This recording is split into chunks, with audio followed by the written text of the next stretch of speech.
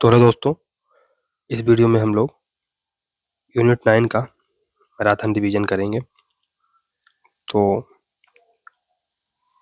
चलिए, public administration है, लोक प्रशासन है, उसका अध्ययन करेंगे और ये बहुत महत्वपूर्ण यूनिट है। इससे 10 क्वेश्चन लगभग आते ही हैं हर साल, तो हर साइकिल में, तो इसको पढ़ना भी जरूरी रहता है क्योंकि जो ट्रेडिशनल पॉलिटिकल साइंस है उसमें ये थोड़ा सा नहीं रहता है। तो ये अलग से सब्जेक्ट है, इसमें क्वेश्चन आते हैं और एक विद्यार्थी पॉलिटिकल साइंस थोड़ा सा संभाल लेता है, लेकिन इससे थोड़ा सा क्वेश्चन संभालना कठिन रहता है, इसलिए इसको भी एक बार रिवीजन करके जरूर जाएं।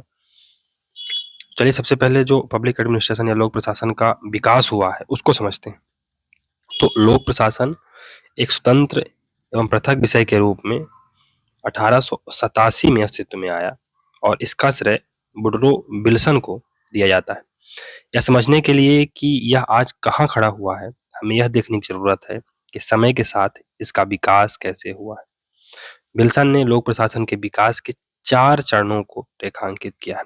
4 चरणों को रेखांकित किया है। पहला जो चरण था, प्रशासन से राजनीति का विश्लेषणात्मक अंतर। प्रशासन से राजनीति का विश्लेषणात्मक अंतर। दूसरा चरण था प्रशासन से राजनीति का ठोस अंतर।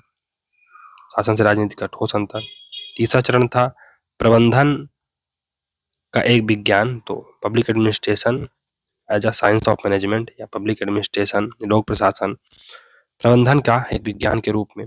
फिर जो चौथा फेज था, ये सार्वजनिक नीति की ओर व्यापक रुझान से संबंधित था, पब्लिक पॉलिसी की तरफ व्यापक रुझान से संबंधित। हालांकि तार्किक रूप से देखा जाए तो एक क्षेत्र के रूप में लोक प्रशासन का विकास 5 चरणों में देखा जा सकता है। 5 चरणों में देखा जा सकता है। पहला है राजनीति प्रशासन द्वंद्व, पॉलिटिक्स एंड एडमिनिस्ट्रेशन डाइकोटमी। ये जो द्वंद्व है 1887 से 1926 के बीच में चला और इस पीरियड को हम also the period between 1887 to 1910 is also known as exploratory period. तो ये एक प्रकार से एक्सप्लोरेशन का, हम जो पॉलिटिक्स है उससे इतर एडमिनिस्ट्रेशन पे आके कुछ नई नई चीजों की खोज कर रहे थे, समझ रहे थे कि एडमिनिस्ट्रेशन पॉलिटिक्स से कैसे अंतर है या दोनों एक ही हैं, क्या इसमें अंतर है। इन सब चीजों का कहीं न कहीं अध्ययन किया जा रहा था। फिर जो दूसरा फेज आया, वहां पर प्रशासन के सिद्धांतों को देखने का समय आया 1927 से 1937 के बीच में, और इसे ही हम जो लोक प्रशासन है उसके स्वर्णिम काल की संज्ञा देते हैं। 1927 से 1937 के जो टाइम पीरियड रहा है उसे हम लोक प्रशासन के स्वर्णिम काल की संज्ञा देते हैं। जो तीसरा फेज है, ये आलोचना और चुनौतियों का फेज था 1938 से लेके 1950 के टाइम पे, और याद करिए यही टाइम है जब द्वितीय विश्व युद्ध चल रहा था। चौथा पीरियड है, ये पहचान की क्राइसिस का समय था। 1950 से लेकर 1970 के बीच में लोक प्रशासन में आइडेंटिटी क्राइसिस आया, जो कि हर व्यक्ति के जीवन में आता है। ऐसे ही लोक प्रशासन के जीवन में भी एक आइडेंटिटी क्राइसिस आया, और उस ये आइडेंटिटी क्राइसिस आया कि ये क्या विज्ञान है, क्या ये पॉलिटिकल साइंस का ही एक हिस्सा है, कि इसकी एक अलग पहचान है, क्या है ये बेसिकली। फिर लास्ट के चरण में 5वां चरण था, उसमें जो लोक प्रशासन है एक स्वतंत्र अनुशासन के रूप में लोक प्रशासन उभर कर सामने आता है। और ये जो पीरियड है 1970 के बाद का जो पूरा टाइम पीरियड है और अभी तक, ये यहाँ पर लोक प्रशासन की एक स्वतंत्र पहचान बन जाती है। अब जो लोक प्रशासन के महत्वपूर्ण आयोजन या इवेंट्स हुए हैं या उनके जो सम्मेलन हुए हैं उनको देख लेते हैं। तो लोक प्रशासन के प्रमुख आयोजन या सम्मेलन, तो उर्वरिक द्वारा द एलिमेंट ऑफ एडमिनिस्ट्रेशन एक वर्क लिखा गया, का प्रकाशन कब हुआ? 1944 में, है ना। तो उर्विक द्वारा द एलिमेंट ऑफ एडमिनिस्ट्रेशन जो रचना है उसका प्रकाशन कब हुआ? 1944 में हुआ। फिर 1967 में फिलाडेल्फिया कॉन्फ्रेंस होती है। 1967 में फिलाडेल्फिया कॉन्फ्रेंस होती है और यहाँ पर लोक प्रशासन के सिद्धांत और व्यवहार पर फिलाडेल्फिया सम्मेलन 1967 में आयोजित किया गया। सम्मेलन में सार्वजनिक प्रशासन के विद्वानों और चिकित्सकों के एक समूह ने भाग लिया, जो क्षेत्र के भविष्य पर चर्चा करने के लिए आए थे या चर्चा पर रुचि रखना चाहते थे। तो जो पब्लिक एडमिनिस्ट्रेशन के स्कॉलर्स थे और जो प्रैक्टिशनर्स थे, है ना, जो उनको मानने वाले थे पब्लिक एडमिनिस्ट्रेशन पर जिनका विश्वास था और जो स्कॉलर्स थे वहाँ के, है ना, वो बेसिकली इस कॉन्फ्रेंस में आए और उन्होंने जो पब्लिक एडमिनिस्ट्रेशन है, लोक प्रशासन है, उसका भविष्य क्या होगा उस पर रुचि ली सम्मेलन में।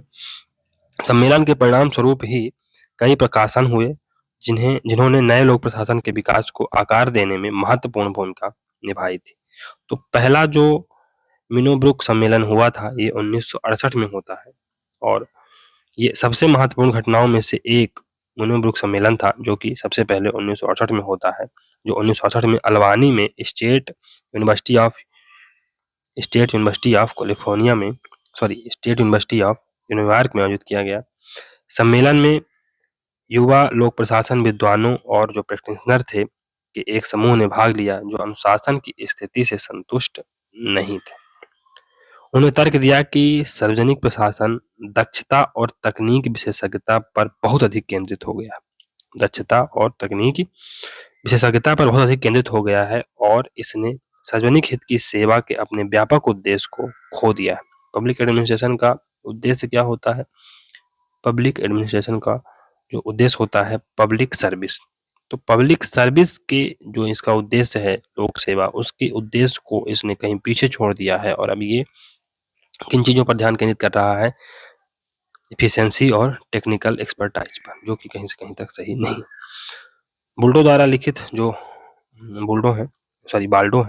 बाल्डो है उनके द्वारा जो पुस्तक लिखी गई public administration in a time of turbulence, Baldo की पुस्तक है, 1971 में आती है। प्रथम जो मिनोब्रुक सम्मेलन हुआ था 1968 के परिणाम स्वरूप 1971 में public administration in the time of turbulence नामक पुस्तक का प्रकाशन हुआ जिसका संपादन ड्वाइट बाल्डो ने किया था।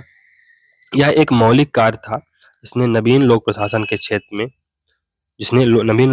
क्षेत्र को परिभाषित करने में मदद की थी। एक मौलिक कार्य था जिसने नवीन लोक प्रशासन के क्षेत्र को प्रभावित करने का काम किया था। अब हम लोग इसमें आगे बढ़ते हुए साइंटिफिक मैनेजमेंट थ्योरी को पढ़ेंगे, टेलर की वैज्ञानिक प्रबंधन सिद्धांत को देखेंगे। तो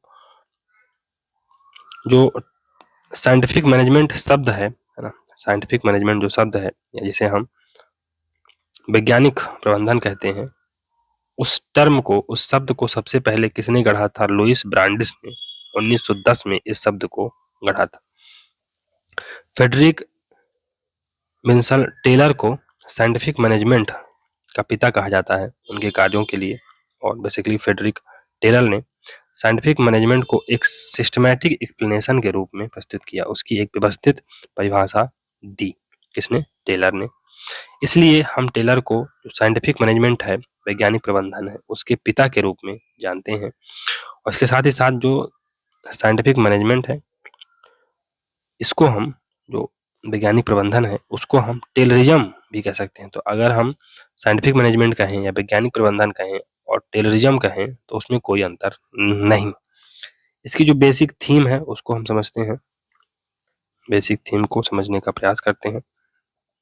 तो या इसका जो मूल विषय है उसको देखते हैं। तो प्रबंधन एक सच्चा विज्ञान है। प्रबंधन, management is a true science. प्रबंधन एक सच्चा विज्ञान है क्योंकि यह स्पष्ट रूप से तय नियमों, कानूनों और सिद्धांतों पर आधारित होता है जिनकी सभी प्रकार के संगठनों में सार्वभौमिक प्रयोज्यता होती है। यानी हम इसे यूनिवर्सली एप्लीकेबल अप्लाई कर सकते हैं सभी प्रकार के ऑर्गेनाइजेशंस में। वैज्ञानिक प्रबंधन का जो प्राथमिक लक्ष्य होता है दक्षता में वृद्धि होती है, एफिशिएंसी में वृद्धि, दक्षता में वृद्धि इसका प्रारंभिक उद्देश्य होता है। या डब्ल्यू टेलर की मानसिक क्रांति, जिसे हम मेंटल रिवॉल्यूशन कहते हैं, कि अवधारणा प्रबंधन और श्रमिकों दोनों के एक दूसरे के प्रति दृष्टिकोण में बदलाव को संदर्भित करती है। उनका मानना था कि वैज्ञानिक प्रबंधन के सफल होने के लिए दोनों पक्षों के अपनी भूमिकाओं और जिम्मेदारियों के बारे में सोचने के तरीके में बुनियादी बदलाव होना चाहिए। इस प्रकार मानसिक क्रांति में, मेंटल रिवॉल्यूशन में, श्रमिकों और प्रबंधन के बीच सहयोग और सद्भाव का संयोजन होना चाहिए। तो न केवल प्रबंधन बल्कि जो श्रमिक हैं उनके बीच हमें सहयोग और सद्भाव डेवलपमेंट होना चाहिए। वैज्ञानिक प्रबंधन के 4 सिद्धांत हैं, उनको देख लेते हैं। तो पहला है मनुष्य के काम के प्रत्येक तत्व के लिए एक विज्ञान विकसित की जाए। जो भी मनुष्य या मानव या व्यक्ति या वर्कर जो भी काम करता है उसका एक साइंस होनी चाहिए। ऐसा नहीं कि मुँह उठाए चले गए, काम कर लिया, ऐसा नहीं। उसकी एक डेवलप प्रॉपर तरीका होना चाहिए कुल मिला के। फिर है वैज्ञानिक रूप से श्रमिकों का चयन होना चाहिए और फिर उन्हें प्रशिक्षित किया जाना चाहिए। दूसरा है प्रबंधन को चाहिए कि कामगारों के साथ पूरी तरह से सहयोग करें। काम और जिम्मेदारी का समान रूप से विभाजन होना चाहिए। ऐसा नहीं कि किसी को ज़्यादा काम दे दिया जाए, किसी को कोई काम ना रहे।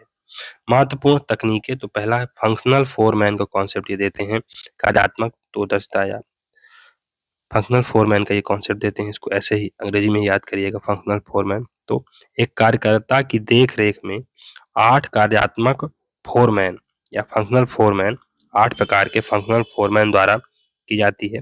तो एक कार्यकर्ता की देख-रेख बेसिकली 8 कार्यात्मक फोरमैन या 8 फंक्शनल फोरमैन के द्वारा की जाती है। 4 नियोजन के लिए जिम्मेदार है, 4 निष्पादन के लिए जिम्मेदार है। तो 4 जो एक प्रकार से फोरमैन हैं वो प्लानिंग के लिए जिम्मेदार होंगे, नियोजन के लिए जिम्मेदार होंगे और 4 उसके क्रियान्वयन के लिए जो है ना आवश्यक होंगे। 4 उसके क्रियान्वयन के लिए आवश्यक होंगे। टेलर ने कार्यात्मक फोरमैनशिप की अवधारणा की वकालत की, फंक्शनल फोरमैनशिप की अवधारणा की वकालत की, जिसके तहत एक कार्यकर्ता की देखरेख और मार्गदर्शन 8 कार्यात्मक फोरमैन, 8 फंक्शनल फोरमैन यानी विशेष पर्यवेक्षकों द्वारा किया जाएगा। इस प्रकार उन्होंने एकल फोरमैनशिप की प्रणाली या सिंगल फोरमैनशिप, जिसे कमांड की एकता या रैखिक प्रणाली या सैन्य प्रकार के संगठन के रूप में भी जाना जाता है, जिसे हम यूनिटी ऑफ कमांड या लीनियर सिस्टम या मिलिट्री टाइप ऑफ ऑर्गेनाइजेशन कह सकते हैं, जहां पर एक ही व्यक्ति सभी चीजों को कमांड कर रहा है। उसको इन्होंने रिजेक्ट किया, उसको खारिज किया, जिसके तहत एक कार्यकर्ता को केवल एक वरिष्ठ का आदेश प्राप्त करना होता है। नहीं, हमें 4 अलग-अलग व्यक्तियों से कहीं न कहीं आदेश लेना पड़ेगा। तो 8 फंक्शनल फोरमैन में से 4 योजना बनाने के लिए जिम्मेदार होंगे और योजना कक्ष में बैठते हैं, और वो हैं order of the work and root clerk, कार्य और मार्ग क्लर्क होते हैं, order of work and root clerk. फिर है इंस्ट्रक्शन कार्ड क्लर्क, जिसे हम निर्देश कार्ड क्लर्क कहते हैं। फिर टाइम एंड कॉस्ट क्लर्क, समय और लागत क्लर्क। और फिर है लास्ट में शॉप डिसिप्लिनियर, जिसे हम दुकान अनुशासक कह सकते हैं। अन्य 4 फंक्शनल फोरमैन निष्पादन यानी कि एग्जीक्यूशन के लिए जिम्मेदार होंगे और दुकान के फर्श पर काम करते हैं। बेसिकली जो दुकान के फर्श पर काम करते हैं, इसका मतलब ये हुआ कि जो शॉप फ्लोर मैनेजमेंट देखते हैं, इन द सेंस कि साइट में यही लोग मौजूद होते हैं। साइट में जहाँ पर एक्चुअल काम होता है वहां पर ये लोग मौजूद होते हैं। प्लानिंग करने वाले तो प्लानिंग कक्ष में रहेंगे, लेकिन ये साइट पर मौजूद होंगे, और वो हैं gang boss, speed boss, inspector और रिपेयर बॉस। ये सब साइट में मौजूद रहेंगे। In effect each worker will have 8 functional foreman. और इस प्रकार से हम कह सकते हैं कि एक जो श्रमिक है उसके पास 8 फंक्शनल फोरमैन रहेंगे। इस प्रकार यह विशेषज्ञता के साथ साथ योजना को निष्पादन से अलग करने की सुविधा प्रदान करता है या प्रदान करेगा। अब हम लोग इसमें मोशन स्टडी या गति अध्ययन के बारे में देखेंगे। तो सभी गतिविधियों का अवलोकन एक विशेष कार्य में शामिल और फिर गति के सर्वोत्तम सेट का निर्धारण ये करता है। टाइम स्टडी, समय अध्ययन, तो कार्य पूरा करने के लिए मानक समय निर्धारित करने के लिए उपयोग किया जाता है। डिफरेंशियल पीस रेट सिस्टम या डिफरेंशियल पीस रेट प्लान या सिस्टम, तो गति द्वारा निर्धारित मानकों के आधार पर पीस रेट से भुगतान व समय का अध्ययन इसमें शामिल है। अपवाद सिद्धांत, प्रबंधन द्वारा एक बड़े दैनिक कार्य की स्थापना, ये अपवाद सिद्धांत है। बेसिकली इनको motion study, time study, differential piece rate system और एक्सेप्शनल या एक्सेप्शन प्रिंसिपल, ये प्रिंसिपल याद रखिएगा बस। जो टेलर के महत्वपूर्ण वर्क हैं उनको देख लेते हैं। तो पीस रेट सिस्टम 1885 में ये पुस्तक आती है। शॉप मैनेजमेंट 1903 में आती है। The art of cutting metal 1906 में आती है। और the principle of scientific management ये 1911 में पुस्तक आती है। अब ब्यूरोक्रेटिक थ्योरी के बारे में देखते हैं, जिसे हम नौकरशाही सिद्धांत कहते हैं। तो जो नौकरशाही शब्द है इसको पहली बार 1745 में विंसेंट डी गोर्नी ने इजाद किया था या गढ़ा था। मॉर्स्टीन मार्क्स ने जो ब्यूरोक्रेसी है, नौकरशाही, उसको 4 प्रकार से परिभाषित किया है, 4 प्रकार से उसको बांटा है। एक तो अभिभावक या गार्डियन ब्यूरोक्रेसी होती है, दूसरी है कास्ट ब्यूरोक्रेसी जिसे हम जाति ब्यूरोक्रेसी कह सकते हैं, तीसरी है पैट्रोनेज या संरक्षक नौकरशाही, और चौथी है मेरिट या योग्यता आधारित नौकरशाही। नौकरशाही सिद्धांत के व्यवस्थित सूत्रीकरण का श्रेय मैक्स वेबर को दिया जाता है। व्यवस्थित सूत्रीकरण किसने किया था? नौकरशाही सिद्धांत का मैक्स वेबर ने। मैक्स वेबर ने नौकरशाही के अपने सूत्र को आदर्श प्रकार आइडल टाइप कहा। इस प्रकार इसे यूटोपियन माना जाता है। जो चीज आदर्श होती है यूटोपियन ही होती है। थ्योरी ऑफ अथॉरिटी या प्राधिकरण का सिद्धांत। प्राधिकरण कमांड की सत्तावादी शक्ति है। Authority is the authoritarian power of command. तो प्राधिकरण कमांड की सत्तावादी शक्ति है और वह इसे प्रभुत्व कहते हैं। मैक्स वेबर है, उसे क्या कहते हैं? उसे डोमिनेशन कहते हैं। डोमिनेशन कहते हैं। उन्होंने कहा कि सभी प्रशासन का मतलब प्रभुत्व होता है। प्रशासन चाहे जिस प्रकार का हो, उसका मतलब है प्रभुत्व किसके पास है, यानी हायरार्की में बड़ा कौन है, कौन इसके पास प्रभुत्व है और कौन आदेश देने की क्षमता रख रहा है। अथॉरिटी, तो इन्होंने 3 प्रकार के प्राधिकरण की चर्चा की है। पहला है ट्रेडिशनल अथॉरिटी, जिसे पारंपरिक प्राधिकरण कह सकते हैं। दूसरा है करिश्माई प्राधिकरण। चौथा है लीगल रेशनल अथॉरिटी, ये सबसे महत्वपूर्ण है, कानूनी तर्कसंगत प्राधिकरण। नौकरशाही की 6 विशेषताओं को परिभाषित किया है। पहला है औपचारिक पदानुक्रमित संरचना, फॉर्मल हायरार्किकल स्ट्रक्चर। फिर है मैनेजमेंट बाय रूल्स, नियमों द्वारा प्रबंधन। डिवीजन ऑफ लेबर, यानी श्रम का विभाजन।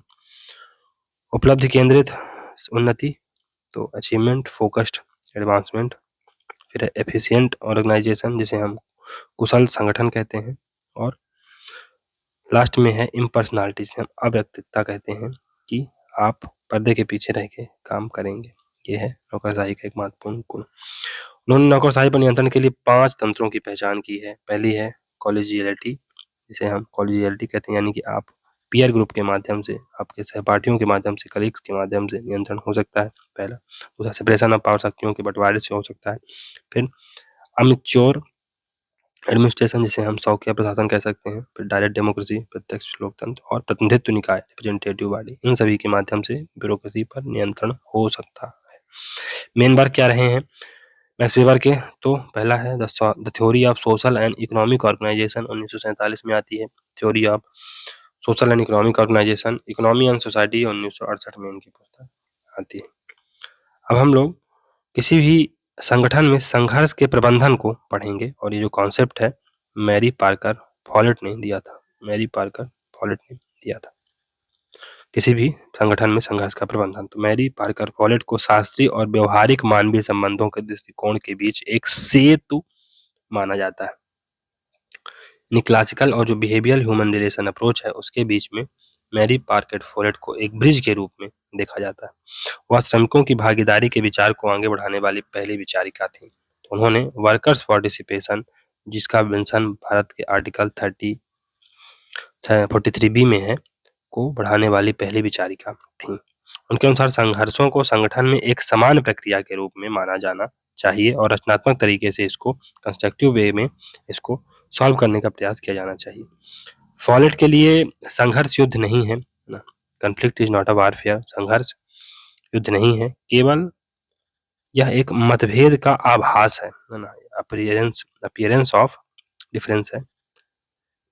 विचारों का अंतर, हितों का अंतर न केवल नियोक्ता और कर्मचारी के बीच बल्कि प्रबंधकों के बीच, निदेशकों के बीच, या जहां भी मतभेद दिखाई देते हैं वहां भी हो सकता है और ये केवल मतभेद का आभास है, वास्तव में कोई मतभेद नहीं होता है।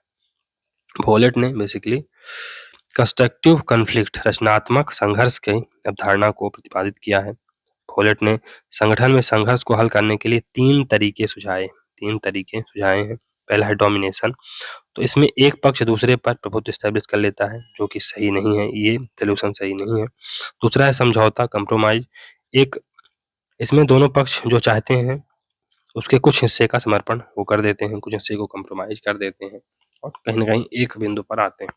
इंटीग्रेशन इंटीग्रेशन है एक नया समाधान खोजना जो दोनों पक्षों की वास्तविक जरूरतों को पूरा करता हो और कोई भी पक्ष किसी चीज का बलिदान ना करे, और ये सबसे बेस्ट भी है। इंटीग्रेशन या जैसे हम एकीकरण कहते हैं, ये किसी भी संघर्ष को, किसी भी संगठन में आए संघर्ष को समाप्त करने का, खत्म करने का सबसे बेहतरीन तरीका होता है। अब शक्ति की अवधारणा देख लेते हैं। तो इसमें उन्होंने शक्ति संघर्ष, जो शक्ति की अवधारणा है उसमें पावर ओवर यानी पावर पर, पावर ओवर इसका मतलब है खुद पर जोर देना और दूसरों को अपनी इच्छा पूरी करने के लिए मजबूर करना। पावर ओवर मतलब असर्टिंग वन सेल्फ, है ना, अपने आप को असर्ट करना और दूसरे लोगों को फोर्स करना कि आपने जो आदेश दिया है उसको वो पालन करें, उसका वो पालन करें। पावर विथ यानी शक्ति के साथ, तो यह एक श्रेष्ठ अपने अधीनस्थों के साथ शक्ति साझा नहीं करता, हालांकि वह उन्हें अपनी शक्तियों को विकसित करने के अवसर दे सकता है। तो आप बेसिकली पावर तो शेयर नहीं कर सकते हैं। अब कोई हेड है ऑर्गेनाइजेशन का, वो आपके साथ पावर तो शेयर नहीं करेगा, लेकिन हाँ आपको डेवलप करेगा, आपके अंदर जो बहुत सारे गुण हैं उनको विकसित करेगा लीडरशिप के, और आपको साथ लेके चलेगा। कुल मिला के बात की है। फिर मैरी पार्कर फोलेट ने समन्वय के 4 मूलभूत सिद्धांतों को प्रतिपादित किया है। कोऑर्डिनेशन के 4 मूलभूत सिद्धांतों को प्रतिपादित किया है। प्रत्यक्ष संपर्क द्वारा समन्वय, दूसरा है प्रारंभिक चरणों में समन्वय, तीसरा है एक सतत प्रक्रिया के रूप में समन्वय, और चौथा है पारस्परिक घटना के रूप में समन्वय। एमपी फॉलेट की जो महत्वपूर्ण पुस्तकें हैं उनको देख लेते हैं। तो पहली है the speaker of the house of representative, 1896 में पुस्तक आती है। द न्यू स्टेट 1920 में पुस्तक आती है। क्रिएटिव एक्सपीरियंस 1924 में पुस्तक आती है, और डायनेमिक एडमिनिस्ट्रेशन 1941 में पुस्तक आती है। ये याद रखिएगा। फिर इसमें जो ह्यूमन रिलेशन अप्रोच है, मानव संबंध सिद्धांत है, इसमें एल्टन मेयो सबसे महत्वपूर्ण थिंकर हैं। तो संगठन का मानव सिद्धांत अस्तित्व में आया शास्त्रीय दृष्टिकोण की प्रतिक्रिया के रूप में 1830 में। तो शास्त्रीय दृष्टिकोण से क्लासिकल अप्रोच थी जो लोक प्रशासन की, उसके रिएक्शन में या उसके एक प्रकार से, है ना, उसकी प्रतिक्रिया स्वरूप जो ह्यूमन रिलेशन अप्रोच या ह्यूमन रिलेशन थ्योरी सामने आती है 1930 के दशक में। एल्टन मायो को जो ह्यूमन रिलेशन अप्रोच है, मानव संबंध सिद्धांत है, उसका पिता माना जाता है, और उन्होंने इस अप्रोच को क्लिनिकल मेथड कहा है, क्लिनिकल मेथड कहा है। फिर उन्होंने 1923 में फिलाडेल्फिया के पास एक कपड़ा मिल में पहला शोध कार्यक्रम शुरू किया और इसे नाम दिया the first inquiry, the first inquiry. Hawthorne जो प्रयोग हुए थे 1924 से लेकर 1932 तक ने मानवीय संबंधों के सिद्धांत के उदय का आधार रखा था। हैथॉन प्रयोगों को 5 प्रमुख भागों में विभाजित किया जाता है। पहला है एक्सपेरिमेंट ऑन इल्यूमिनेशन, रोशनी पर प्रयोग। दूसरा है रिले असेंबली एक्सपेरिमेंट। तीसरा है मास इंटरवीनिंग प्रोग्राम या मास इंटरव्यूइंग प्रोग्राम।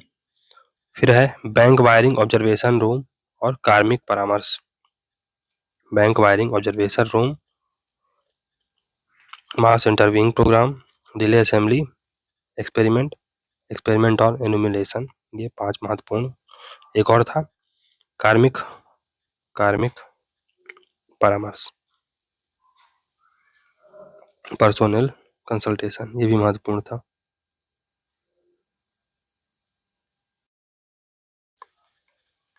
तो कुल मिला के ये हो गया है। अब हम लोग आगे बढ़ते हैं। तो हैथॉन जो अध्ययन हुआ था उसके कुछ निष्कर्षों को देख लेते हैं। तो उसमें जो पहला निष्कर्ष था कि कार्यस्थल पर यानी वर्क प्लेस पर सामाजिक और मनोवैज्ञानिक कारक कर्मचारियों के मनोबल और उत्पादन को निर्धारित करते हैं। कार्य स्तर पर सामाजिक और मनोवैज्ञानिक कारक कर्मचारियों के मनोबल और उनके उत्पादन को निर्धारित करते हैं। संगठन एक सामाजिक प्रणाली है, ऐसा निकल के आया। सामाजिक संबंध सिद्धांत के 3 तत्व हैं। पहला तो व्यक्ति है, दूसरा है अनौपचारिक संगठन, और तीसरा है भागीदारी प्रबंधन, पार्टिसिपेटिव मैनेजमेंट। उसमें कहा गया है कि जो पर्यवेक्षक को अन्य के बारे में हानिकारक जानकारी देने का संचार करता है उसे स्विकलीलर कहते हैं, है ना, स्विकवीलर कहते हैं या स्क्वेलर कहते हैं, है ना, स्क्वेलर कहते हैं। ऐसा व्यक्ति जो पर्यवेक्षक को हानिकारक जानकारी का संचार करता है इन द सेंस कि अपने जो फेलो और कलीग्स हैं उनके बारे में भला बुरा कहता है, उसे स्क्वेलर कहते हैं। ये याद रखिएगा। स्क्वेलर किसे कहेंगे? जो व्यक्ति जो सुपरवाइजर हैं या जो बॉस वगैरह होते हैं उनको ना पूरी गॉसिप बताता है, पूरी बातें बताता है अपने जो फेलो कर्मचारी हैं उनकी, उसे स्क्वेलर कहा जाता है। अब जो मायो हैं उनकी महत्वपूर्ण मेयो हैं उनके महत्वपूर्ण पुस्तकों को देख लेते हैं। पहली है the human problem of an industrial civilization, 1933 में आती है। The human problem of an industrial civilization. फिर the social problem of an industrial civilization 1945 में आती है। The political problem of an industrial civilization, ये 1947 में पुस्तक आती है। हम लोग हर्बर्ट साइमन के डिसीजन मेकिंग थ्योरी को पढ़ेंगे, निर्णय निर्माण सिद्धांत को पढ़ेंगे। तो हर्बर्ट ए साइमन निर्णय निर्माण सिद्धांतकारों में अग्रणी रहे हैं, निर्णय निर्माण सिद्धांतकारों में अग्रणी हैं। साइमन शास्त्रीय दृष्टिकोण के बहुत आलोचक थे। साइमन शास्त्रीय दृष्टिकोण के बहुत बड़े आलोचक थे और उन्होंने नीति वचन, जिन्हें हम प्रोवर्ब्स कहते हैं, के रूप में वर्णित किया। जो दृष्टिकोण है, जो एक प्रकार से आलोचना है शास्त्रीय दृष्टिकोण की, उसे वो क्या कहते हैं? प्रोवर्ब्स कहते हैं। शास्त्रीय दृष्टिकोण है उसको क्या कहते हैं? प्रोवर्ब्स कहते हैं या उन्हें नीति वचन कहते हैं। ऐसी बातें जो बिल्कुल नीतियों के जैसे हैं, जो बहुत सद्विचार टाइप के हैं, जबकि ऐसा कुछ है नहीं। उन्होंने निर्णय लेने को कार्यवाही कहा। निर्णय लेने को कार्यवाही के वैकल्पिक पाठ्यक्रमों के बीच इष्टतम तर्कसंगत विकल्प के रूप में परिभाषित किया। The optimum rational choice between alternative course of an action. तो उन्होंने निर्णय लेने को क्या कहा? कार्यवाही के वैकल्पिक पाठ्यक्रमों के बीच इष्टतम तर्कसंगत विकल्प के रूप में परिभाषित किया। प्रशासन का हर पहलू निर्णय लेने के इर्द गिर्द घूमता है। उनका मानना है कि प्रशासन का हर पहलू निर्णय लेने के इर्द गिर्द घूमता है। साइमन के अनुसार हर निर्णय दो परिसरों पर आधारित होता है या दो मुख्य आधारों पर आधारित होता है। पहला है तथ्य, ये क्या है? वास्तविकता का बयान है। तथ्य क्या है? तथ्य हमें वास्तविकता की जानकारी देते हैं। और मूल्य, वैल्यू, जो कि वरीयता के अभिव्यक्ति होते हैं, जो हमें प्रेफरेंस देते हैं।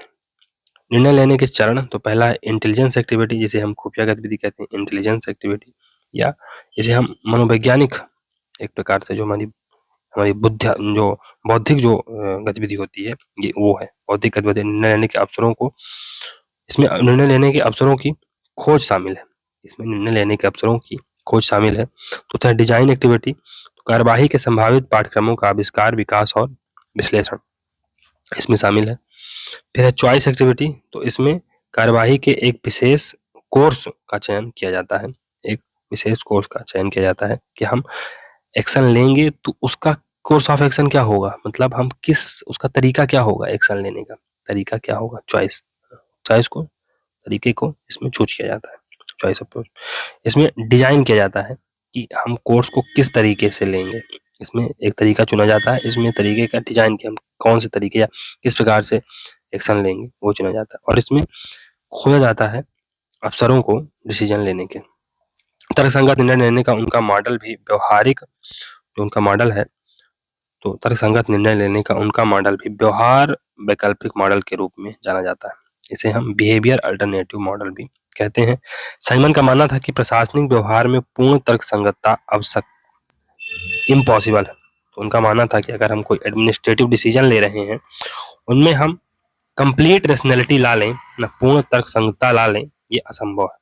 इसलिए उन्होंने जो कंप्लीट रेशनैलिटी है उसको क्रिटिसाइज किया, और जो ह्यूमन बिहेवियर होता है, मानव स्वभाव होता है, मानव जो व्यवहार होता है, मानव व्यवहार को सीमित तर्कसंगतता द्वारा परिभाषित किया है। सीमित तर्कसंगतता यानी लिमिटेड रेशनैलिटी कहीं ना कहीं एक व्यक्ति के अंदर होती है। ऐसा नहीं कि हर व्यक्ति सब कुछ जानता है, नहीं, एक व्यक्ति कुछ जानता है। हमें स्वीकार करना पड़ेगा कि हर व्यक्ति सब कुछ नहीं जान सकता। तो लिमिटेड बाउंडेशन होती है या बाउंडेड रेशनैलिटी होती है। हर व्यक्ति के पास सीमित तर्कसंगतता होती है, जिसके द्वारा एक निर्णय निर्माता एक विकल्प चुनता है जो संतोषजनक या पर्याप्त अच्छा हो सकता है। हर्बर्ट साइमन के जो महत्वपूर्ण पुस्तकें हैं उनको देख लेते हैं। तो पहला है प्रोवर्ब्स ऑफ एडमिनिस्ट्रेशन, 1946 में आती है। Proverbs of administration, administrative behaviour 1947 में आती है। अब हम लोग चेस्टर बर्नार्ड के संचार माध्यम को पढ़ेंगे, है ना, संचार कैसे होता है प्रशासन में, उसको देखेंगे। तो चेस्टर ई बर्नार्ड ने औपचारिक संगठन को सहकारी प्रणाली के रूप में परिभाषित किया है। औपचारिक संगठन को सहकारी प्रणाली के रूप में परिभाषित किया है, जिसके 3 एलिमेंट होते हैं। पहला कम्युनिकेशन यानी संचार, दूसरा सहयोग की इच्छा यानी विलिंगनेस टू कोऑपरेशन या विलिंगनेस टू कोऑपरेट, सहयोग की इच्छा, और तीसरा है सामान्य उद्देश्य, कॉमन पर्पस। इन्होंने अनौपचारिक संगठन को एक प्राकृतिक प्रणाली के रूप में परिभाषित किया है। उन्होंने औपचारिक संगठनों को एक प्राकृतिक प्रणाली के रूप में परिभाषित किया है, जो औपचारिक संगठनों को जन्म देती है, जो औपचारिक संगठनों को जन्म देती है। प्राधिकरण की स्वीकृति सिद्धांत, इन्होंने एक्सेप्टेंस थ्योरी ऑफ अथॉरिटी की बात की है, एक्सेप्टेंस थ्योरी ऑफ अथॉरिटी की चर्चा की है। तो इसमें एक अधीनस्थ 4 स्थितियों में जो कम्युनिकेशन है, जो कि हायर अथॉरिटी से आता है, वो 4 शर्तों या 4 कंडीशन में, 4 सिचुएशन में स्वीकार करता है। पहला, या तो वो संचार को समझ गया हो, फॉर एग्जाम्पल आपके बॉस ने आपको कोई कम्युनिकेशन दिया, आपको कोई संदेश दिया। अब आपके पास 4 सिचुएशन है जब आप उस संदेश को समझेंगे। पहला, या उसको स्वीकार करेंगे। पहली चीज तो आपको संदेश को समझना पड़ेगा कि आपके बॉस ने संचार में या संदेश में कहा क्या है। दूसरा, जो संचार है उसका उद्देश्य जो है वो असंगत नहीं होना चाहिए, संचार उद्देश्य के साथ असंगत नहीं होना चाहिए। फॉर एग्जाम्पल आपके ऑर्गेनाइजेशन का उद्देश्य आर्थिक लाभ कमाना है ना, और आपके बॉस ने आपको संदेश दिया कि नहीं नहीं, आप थोड़ा सा रियायत बरतिए और फ्री में दे दीजिए चीजें, तो आप स्वीकार नहीं करेंगे, नहीं नहीं हम तो नहीं करेंगे ये। तो आपका जो संचार है या जो कम्युनिकेशन है, संदेश है, वो उद्देश्य के साथ मैच खाना चाहिए। तीसरा है communication is compatible with his personal interest. तीसरा है कि जो संचार है उस व्यक्ति के व्यक्तिगत हित के अनुकूल होना चाहिए।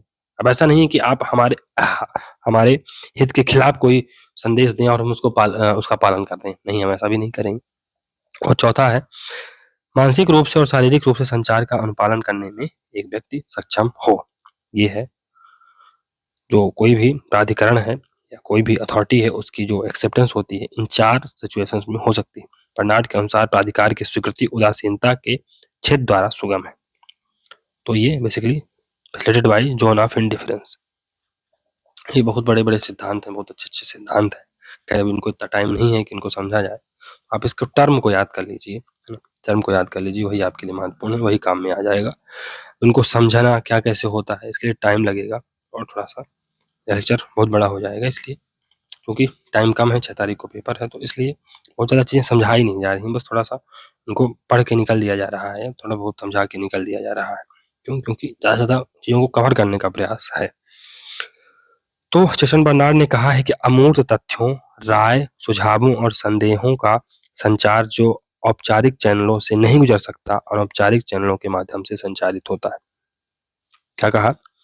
अमूर्त तथ्यों, इनटेलिजिबल फैक्ट, राय, ओपिनियंस, सुझाव यानी सजेशंस, और सस्पिशंस या संदेहों का संचार जो औपचारिक चैनलों से नहीं गुजर सकता है,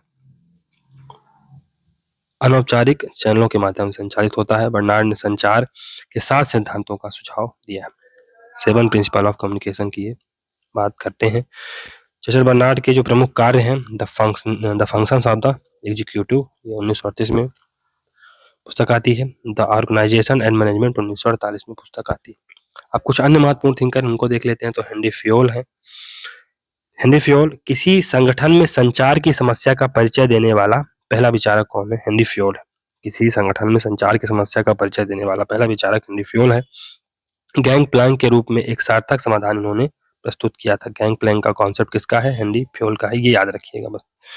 इसका मतलब है व्यवसाय के निपटान में देरी से बचने के लिए क्षैतिज संचार, हॉरिजॉन्टल कम्युनिकेशन प्रणाली को भी लागू किया जा सकता है। हॉरिजॉन्टल संचार प्रणाली को भी लागू किया जा सकता है अगर हमें समय को या देरी से बचना है तो। हार्वर्ड साइमन, तो साइमन सूचना के प्रसारण के लिए संचार के अनौपचारिक चैनलों, जिसे हम ग्रेप वाइन कम्युनिकेशन कहते हैं, पर जोर देता है। ग्रेप वाइन कम्युनिकेशन पर जोर देता है। उसके अनुसार अनौपचारिक संचार प्रणाली अनौपचारिक संचार प्रणाली संगठन के सदस्यों के सामाजिक संबंधों के आसपास निर्मित होती है। अनौपचारिक संचार प्रणाली संगठन के सदस्यों के सामाजिक संबंधों के आसपास निर्मित होती है। अब हम लोग इकोलॉजिकल अप्रोच देखेंगे, पारिस्थितिकी दृष्टिकोण, और ये एफ.डब्ल्यू. रिक्स का है। तो 3 प्रशासनिक सिद्धांतों की व्याख्या की है किसने? एफ.डब्ल्यू. रिक्स ने। पहला है इकोलॉजिकल अप्रोच, जिसे हम पारिस्थितिकी दृष्टिकोण कहते हैं। दूसरा स्ट्रक्चरल फंक्शनल अप्रोच, ये भी कार्यात्मक संरचनात्मक कार्यात्मक जो दृष्टिकोण है ये भी एफ.डब्ल्यू. रिक्स का है। और आइडल मॉडल, ये भी आदर्श मॉडल, ये भी एफ.डब्ल्यू. रिक्स का है। तो जो इकोलॉजिकल अप्रोच है ना, पारिस्थितिकी दृष्टिकोण, तो इसमें प्रशासनिक व्यवस्था और उसके पर्यावरण के बीच अंतःक्रिया को ये दर्शाता है। इकोलॉजिकल अप्रोच है, it is interaction between administrative system and it's environment. तो ये जो प्रशासनिक व्यवस्था है उसके पर्यावरण के बीच ये अंतःक्रिया को दर्शाता है। स्ट्रक्चरल फंक्शनल अप्रोच है, जिसे हम संरचनात्मक कार्यात्मक दृष्टिकोण कहते हैं। पारिस्थितिकी दृष्टिकोण से प्रशासनिक प्रणालियों की व्याख्या करता है। स्ट्रक्चरल फंक्शनल अप्रोच है, संरचनात्मक कार्यात्मक मॉडल है, ये पारिस्थितिकी दृष्टिकोण से यानी इकोलॉजिकल पर्सपेक्टिव से प्रशासनिक प्रणालियों का विश्लेषण करता है, उसकी व्याख्या करता है। पहली बार 1955 में ड्वाइट वाल्डो द्वारा ये सुझाया गया। 1955 में ड्वाइट वाल्डो द्वारा इसे सुझाया गया पहली बार। फिर है संरचनात्मक कार्यात्मक दृष्टिकोण के आधार पर एफ.डब्ल्यू. रिक्स ने 2 आदर्श मॉडलों का निर्माण किया है, 2 आइडल मॉडल्स का निर्माण किया है। पहला है कृषि औद्योगिक मॉडल, जिसे हम एग्रेरिया इंडस्ट्रिया मॉडल कहते हैं, और दूसरा है फ्यूज्ड प्रिज्मेटिक डिफ्रैक्टेड मॉडल। तो पहला है कृषि औद्योगिक मॉडल, इसको देखते हैं। कृषि औद्योगिक मॉडल या एग्रेरिया इंडस्ट्रिया मॉडल, तो 2 प्रकार के समाजों के बीच ये एक प्रकार से इसको बांटा गया है। इसमें समाज को 2 भागों में बांटा गया है। पहला society dominated by agriculture institution, जिसे एग्रेरिया कहा जाता है। तो एक ऐसा समाज जहां पर कृषि संस्थानों का वर्चस्व होता है। और दूसरा है society dominated by industrial institution, और एक ऐसी सोसाइटी जहां पर इंडस्ट्रीज डोमिनेंट पोजीशन पर रहती है। तो एग्रेरियन इंस्टीट्यूशन से डोमिनेटेड जो कंट्रीज रहेंगी, इन्हें हम तीसरी दुनिया के देश कह सकते हैं, थर्ड वर्ल्ड के देश कह सकते हैं, अनडेवलप्ड या अंडर डेवलप्ड कंट्रीज कह सकते हैं। और इंडस्ट्रीज से डोमिनेटेड जो देश रहेंगे उनको हम फर्स्ट वर्ल्ड के नेशन कह सकते हैं या डेवलप्ड नेशन कह सकते हैं। और एफ.डब्ल्यू. रिक्स के अनुसार सभी समाज किस व्यवस्था से उद्योग व्यवस्था की चरण की ओर बढ़ते हैं। तो जो सभी सोसाइटीज हैं कहीं न कहीं एग्रीकल्चर समाज से या कृषि प्रधान समाज से उद्योग प्रधान समाज की ओर बढ़ते हैं। भारत भी कृषि से उद्योग की तरफ बढ़ने का प्रयास ही कर रहा है। अगले वर्ष यानी 1957 में ट्रांजिटिया नामक एक मध्यवर्ती मॉडल को दोनों की विशेषता बताते हुए प्रस्तुत करते हैं और इसे एक संक्रमणकालीन समाज का प्रतिनिधित्व कारक बताते हैं। ट्रांजिटिया करके एक अन्य कॉन्सेप्ट देते हैं जहां पर दोनों के गुणों को कृषि के और औद्योगिक दोनों के गुणों को मिलाने का ये काम करते हैं। अब है फ्यूज प्रिज्मेटिक डिफ्रैक्टेड मॉडल, ये 1956 में नहीं 1959 में आता है। तो ये क्रमशः अविकसित, विकासशील और विकसित समाजों का प्रतिनिधित्व करता है। जो फ्यूज डिफ्रैक्टेड मॉडल है, फ्यूज्ड माने अंडर डेवलप कंट्री, प्रिज्मेटिक में डेवलपिंग कंट्रीज आ जाती हैं और डिफ्रैक्टेड में डेवलप्ड कंट्री आ जाती हैं। तो फ्यूज्ड ये अविकसित देशों का मॉडल है। फ्यूज्ड तो अंडर डेवलप्ड जो कंट्री सोसाइटीज होती हैं, अविकसित समाज होते हैं, उन्हें फ्यूज्ड मॉडल से संदर्भित किया जाएगा। जो डेवलप्ड कंट्रीज होंगी उन्हें रिफ्रैक्टेड मॉडल से संदर्भित किया जाएगा और जो डेवलपिंग कंट्रीज होंगी, जो विकासशील देश होंगे, उन्हें प्रिज्मेटिक मॉडल से संदर्भित किया जाएगा। इन ध्रुवीय चरम सीमाओं के बीच मध्यवर्ती प्रिज्मी मॉडल है। तो इन दोनों के बीच में एक मध्यवर्ती प्रिज्मी मॉडल है। प्रिज्मी समाज एक संक्रमणकालीन समाज है जहां दोनों की विशेषताएं होती हैं, जहां पर थोड़ा बहुत डेवलपमेंट भी होता है जैसा कि फर्स्ट वर्ल्ड के नेशन या डेवलप कंट्रीज में पाया जाता है, और थोड़ा बहुत कृषि प्रधान भी व्यवस्था रहती है। तो भारत में या चाइना में कृषि अर्थव्यवस्था भी है और इंडस्ट्रियलाइजेशन भी है। ना तो पूरा इंडस्ट्रियलाइजेशन ही है, ना तो पूरा कृषि प्रधान ही है। तो प्रिज्मेटिक मॉडल में दोनों प्रकार की चीजें रहती हैं। अभी प्रिज्मेटिक साला मॉडल का कॉन्सेप्ट देते हैं। तो बेसिकली ये क्या है, जो प्रिज्मी है, प्रिज्मेटिक संक्रमणकालीन समाज होते हैं, उसका ये प्रतिनिधित्व करता है। और साला जो प्रिज्म है या प्रिज्मेटिक है, प्रिज्मेटिक सोसाइटी या प्रिज्म या प्रिज्मी, ये संक्रमणकालीन समाज का प्रतिनिधित्व करता है। और जो साला है, साला मॉडल है, ये प्रशासन उप प्रिज्मी समाज की प्रणाली का प्रतिनिधित्व करता है। तो अगर प्रिज्मेटिक देखा जाए तो ये ट्रांजिशनल सोसाइटी या संक्रमणकालीन समाज का प्रतिनिधित्व करता है, जबकि साला ये उन्हीं प्रिज्मेटिक सोसाइटी के जो सब सिस्टम है, जिसे हम एडमिनिस्ट्रेशन कह सकते हैं, है ना, उप व्यवस्था जो कि एडमिनिस्ट्रेशन है, का प्रतिनिधित्व करता है। प्रिज्मी साला मॉडल की 3 विशेषताएं, प्रिज्मेटिक साला मॉडल की 3 विशेषताएं हैं। यहाँ पर विषमता पाई जाती है, हेटेरोजेनिटी पाई जाती है, यहाँ पर फॉर्मलिज्म यानी औपचारिकता पाई जाती है, और यहाँ पर ओवरलैपिंग अतिव्यापकता भी पाई जाती है।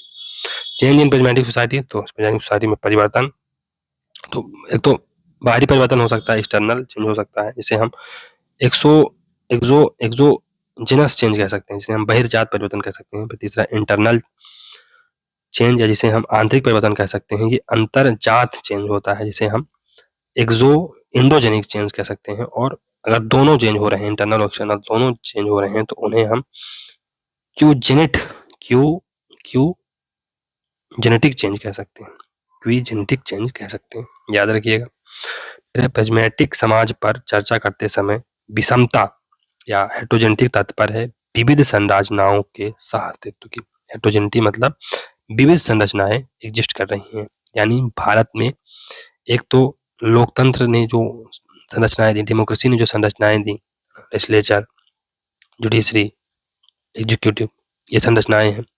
और दूसरी भारत में जो भारत की पारंपरिक संरचनाएं हैं, कास्ट एसोसिएशन हो गए, रिलीजियस इंस्टीट्यूशन हो गए, ये भी एग्जिस्ट कर रहे हैं। तो बहुत सारे संगठन एक साथ समाज में देखने को मिलते हैं। खैर, इसका मतलब देख लेते हैं। इसका मतलब यह है कि ऐसे समाज के भीतर विपरीत विशेषताओं वाले विभिन्न तत्व एक साथ मौजूद रहते हैं। यह विविधता दृष्टिकोण और प्रथाओं तक फैली हुई है, यहाँ तक कि वो भी जो बिल्कुल विपरीत हैं। भारत में भारत की डाइवर्सिटी का आप देख लीजिए उदाहरण, यहाँ पर हर चीज आपको मिल जाएगी।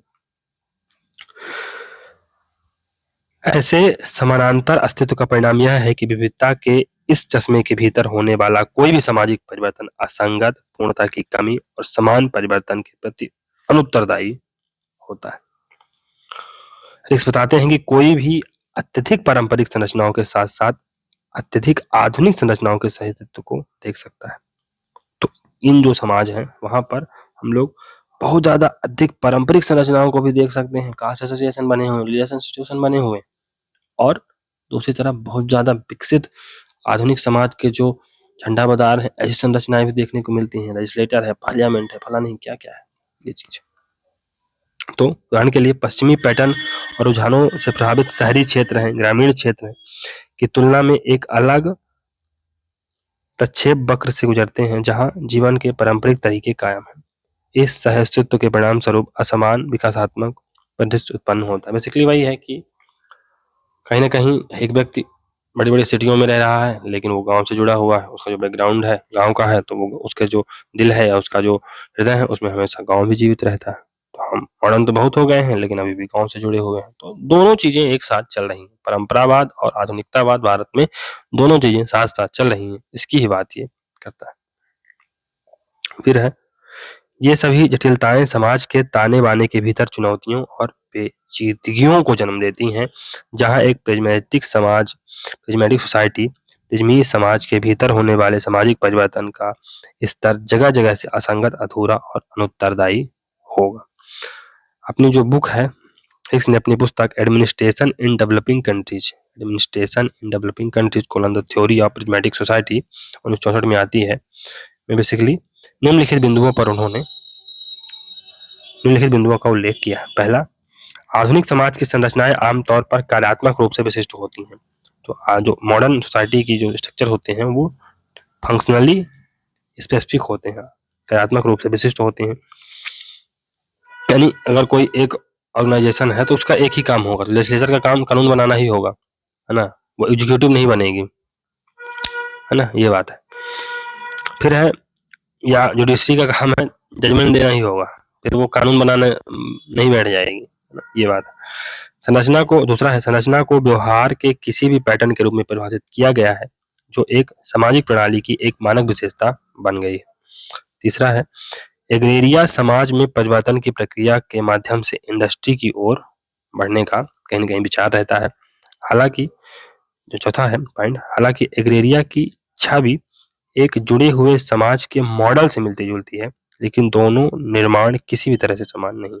तो the image of agraria resemble the model of a fused society.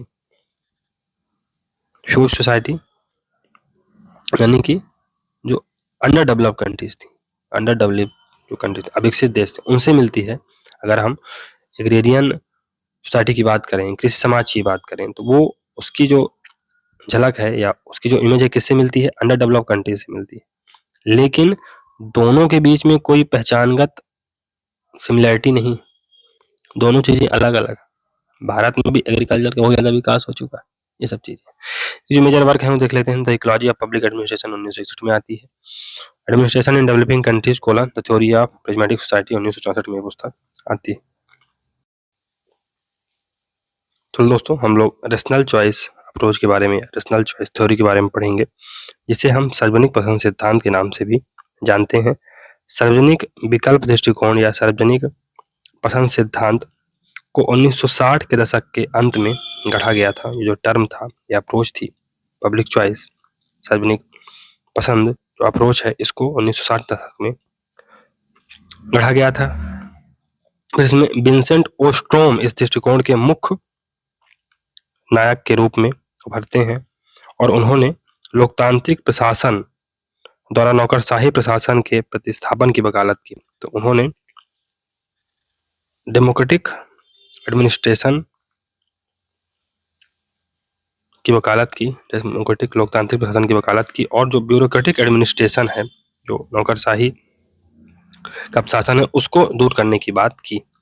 लोक प्रशासन का तर्कसंगत विकल्प सिद्धांत नीति विश्लेषण में अनुसंधान को प्रोत्साहित करता है, क्योंकि यह सिद्धांत की मूल धारणा के अनुरूप है कि व्यक्ति तर्कसंगत अभिनेता है जो अपने हितों को अधिकतम करने के लिए सावधानी पूर्वक अपने विकल्पों का आकलन करता है। नीति विश्लेषण निर्णय निर्माताओं को विकल्पों का मूल्यांकन करने, परिणामों का अनुमान लगाने और अंततः सार्वजनिक प्रशासन के क्षेत्र में अधिक सूचित और प्रभावी विकल्प बनाने के लिए एक व्यवस्थित ढांचा प्रदान करने के इष्टतम नीतियों की पहचान करने में ये मदद करता है। सिद्धांत यह मानता है कि एक व्यक्ति यह निर्धारित करने के लिए कॉस्ट एंड बेसिकली एक व्यक्ति यह निर्धारित करने के लिए सिद्धांत यह मानता है कि एक व्यक्ति यह निर्धारित करने के लिए लागत लाभ विश्लेषण, कॉस्ट बेनिफिट एनालिसिस करेगा कि क्या कोई विकल्प उसके लिए सही है या नहीं। जो इसकी मुख्य धारणाएं हैं, तो व्यक्ति स्वहित से प्रेरित होता है, ऐसा ये मानते हैं कि एक व्यक्ति के अंदर स्वहित होता है, सेल्फ इंटरेस्ट होता है। व्यक्ति पर्याप्त जानकारी और वरीयता के क्रम के साथ तर्कसंगत रूप से कार्य करता है। व्यक्ति उपयोगिता है और इंडिविजुअल आर यूटिलिटी मैक्सिमाइजर। तो एक व्यक्ति उपयोगिता अधिकतम करता होता है ना। एक व्यक्ति किसी भी चीज को अधिक से अधिक उसको ना अपनी जो यूटिलिटी है, उपयोगिता है, उसको ज्यादा मैक्सिमाइज करने का प्रयास करता है। सार्वजनिक पसंद निम्नलिखित चीजों पर जोर देती है। तो ये नौकरशाही विरोधी दृष्टिकोण की वकालत करती है, संस्थागत बहुलतावाद की समर्थक है, विविध लोकतांत्रिक निर्णय लेने वाले केंद्र की बात ये करती है। फिर सार्वजनिक सेवा वितरण की समस्याओं के लिए आर्थिक तर्क का अनुप्रयोग ये करते हैं। विकेंद्रीकरण डिसेंट्रलाइजेशन पर इनका फोकस रहता है और प्रशासन में लोकप्रिय भागीदारी, पॉपुलर पार्टिसिपेशन इन एडमिनिस्ट्रेशन की बात करते हैं। जो मेजर वर्क है उसको देख लेते हैं। Intellectual crisis in American public administration 1974 में एक महत्वपूर्ण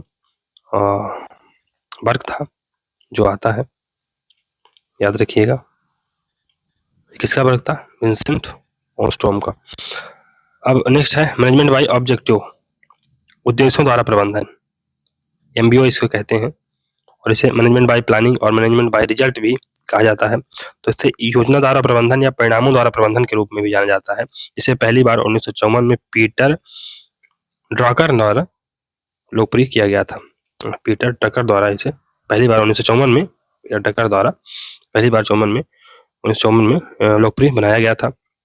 उद्देश्य द्वारा प्रबंधन, जिसे हम एमबीओ कहते हैं, मैनेजमेंट बाय ऑब्जेक्टिव, जिसे प्रबंधन द्वारा परिणाम भी कहा जाता है। पीटर ड्रकर द्वारा अपनी पुस्तक प्रैक्टिस ऑफ मैनेजमेंट में दिया गया यह सिद्धांत था, में विकसित प्रबंध का एक सिद्धांत है बेसिकली। ये कर्मचारियों के लिए भूमिकाओं और जिम्मेदारियों को परिभाषित करता है और संगठन में उनके भविष्य के कार्यों को निर्धारित करने में उनकी मदद करता है। यह प्रबंधक को सर्वोत्तम परिणाम के लिए योजना और गतिविधियों को सरल बनाने के लिए मजबूर करता है। सर्वोत्तम स्तर पर और निर्धारित अवधि के भीतर लक्ष्यों को प्राप्त करना इसका उद्देश्य होता है। उद्देश्य द्वारा प्रबंधन की प्रक्रिया शामिल गतिविधियों के बजाय परिणामों पर अधिक ध्यान केंद्रित करती है। उद्देश्य प्रबंधन की जो प्रक्रिया है उसको देख लेते हैं। तो सबसे पहले इसमें संगठन के लक्ष्यों को परिभाषित किया जाता है, दूसरा कर्मचारियों के उद्देश्यों को परिभाषित किया जाता है, तीसरा है प्रदर्शन और प्रगति की लगातार इसमें निगरानी की जाती है, इसमें प्रदर्शन मूल्यांकन होता है, फिर है फीडबैक प्रदान किया जाता है और छठवां है प्रदर्शन का भी मूल्यांकन होता है। पीटर ड्रकर ने अपनी पुस्तक द लैंडमार्क ऑफ टुमारो 1959 में पुस्तक आती है द लैंडमार्क्स ऑफ टुमारो में नॉलेज वर्कर्स शब्द को गढ़ा था। नॉलेज वर्कर्स, ऐसे वर्कर जिनके पास नॉलेज वर्कर्स शब्द को गढ़ा था। और पीटर ड्रकर के मैनेजमेंट ऑफ ऑब्जेक्टिव के अनुसार पहली चीज है कि पीटर ड्रकर का मानना था कि किसी संगठन के भीतर प्रबंधन की एक विशिष्ट भूमिका होती है। उन्होंने प्रबंधन को अपने लक्ष्यों और उद्देश्यों को प्राप्त करने के लिए किसी संगठन के संसाधनों की योजना बनाने, व्यवस्थित करने, निर्देशित करने और नियंत्रित करने की प्रक्रिया के रूप में इसे परिभाषित किया है। दूसरा है पीटर ड्रकर ने प्रबंधन के लोकतांत्रिकरण की वकालत की है। उनका मानना था कि प्रबंधन सिद्धांतों को विशेषज्ञों या अभिजात वर्ग के चुनिंदा समूहों के लिए आरक्षित नहीं किया जा सकता है, बल्कि जीवन के सभी क्षेत्रों के व्यक्तियों के लिए सुलभ और लागू होना चाहिए। पीटर ड्रकर के अनुसार प्रबंधन व्यक्तिपरक नहीं है।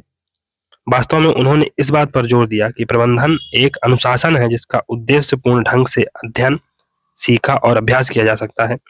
ड्रकर का मानना था कि ऐसे सिद्धांत और प्रथाएं हैं जिन्हें प्रभावी प्रबंधन प्राप्त करने के लिए सार्वभौमिक रूप से लागू किया जा सकता है।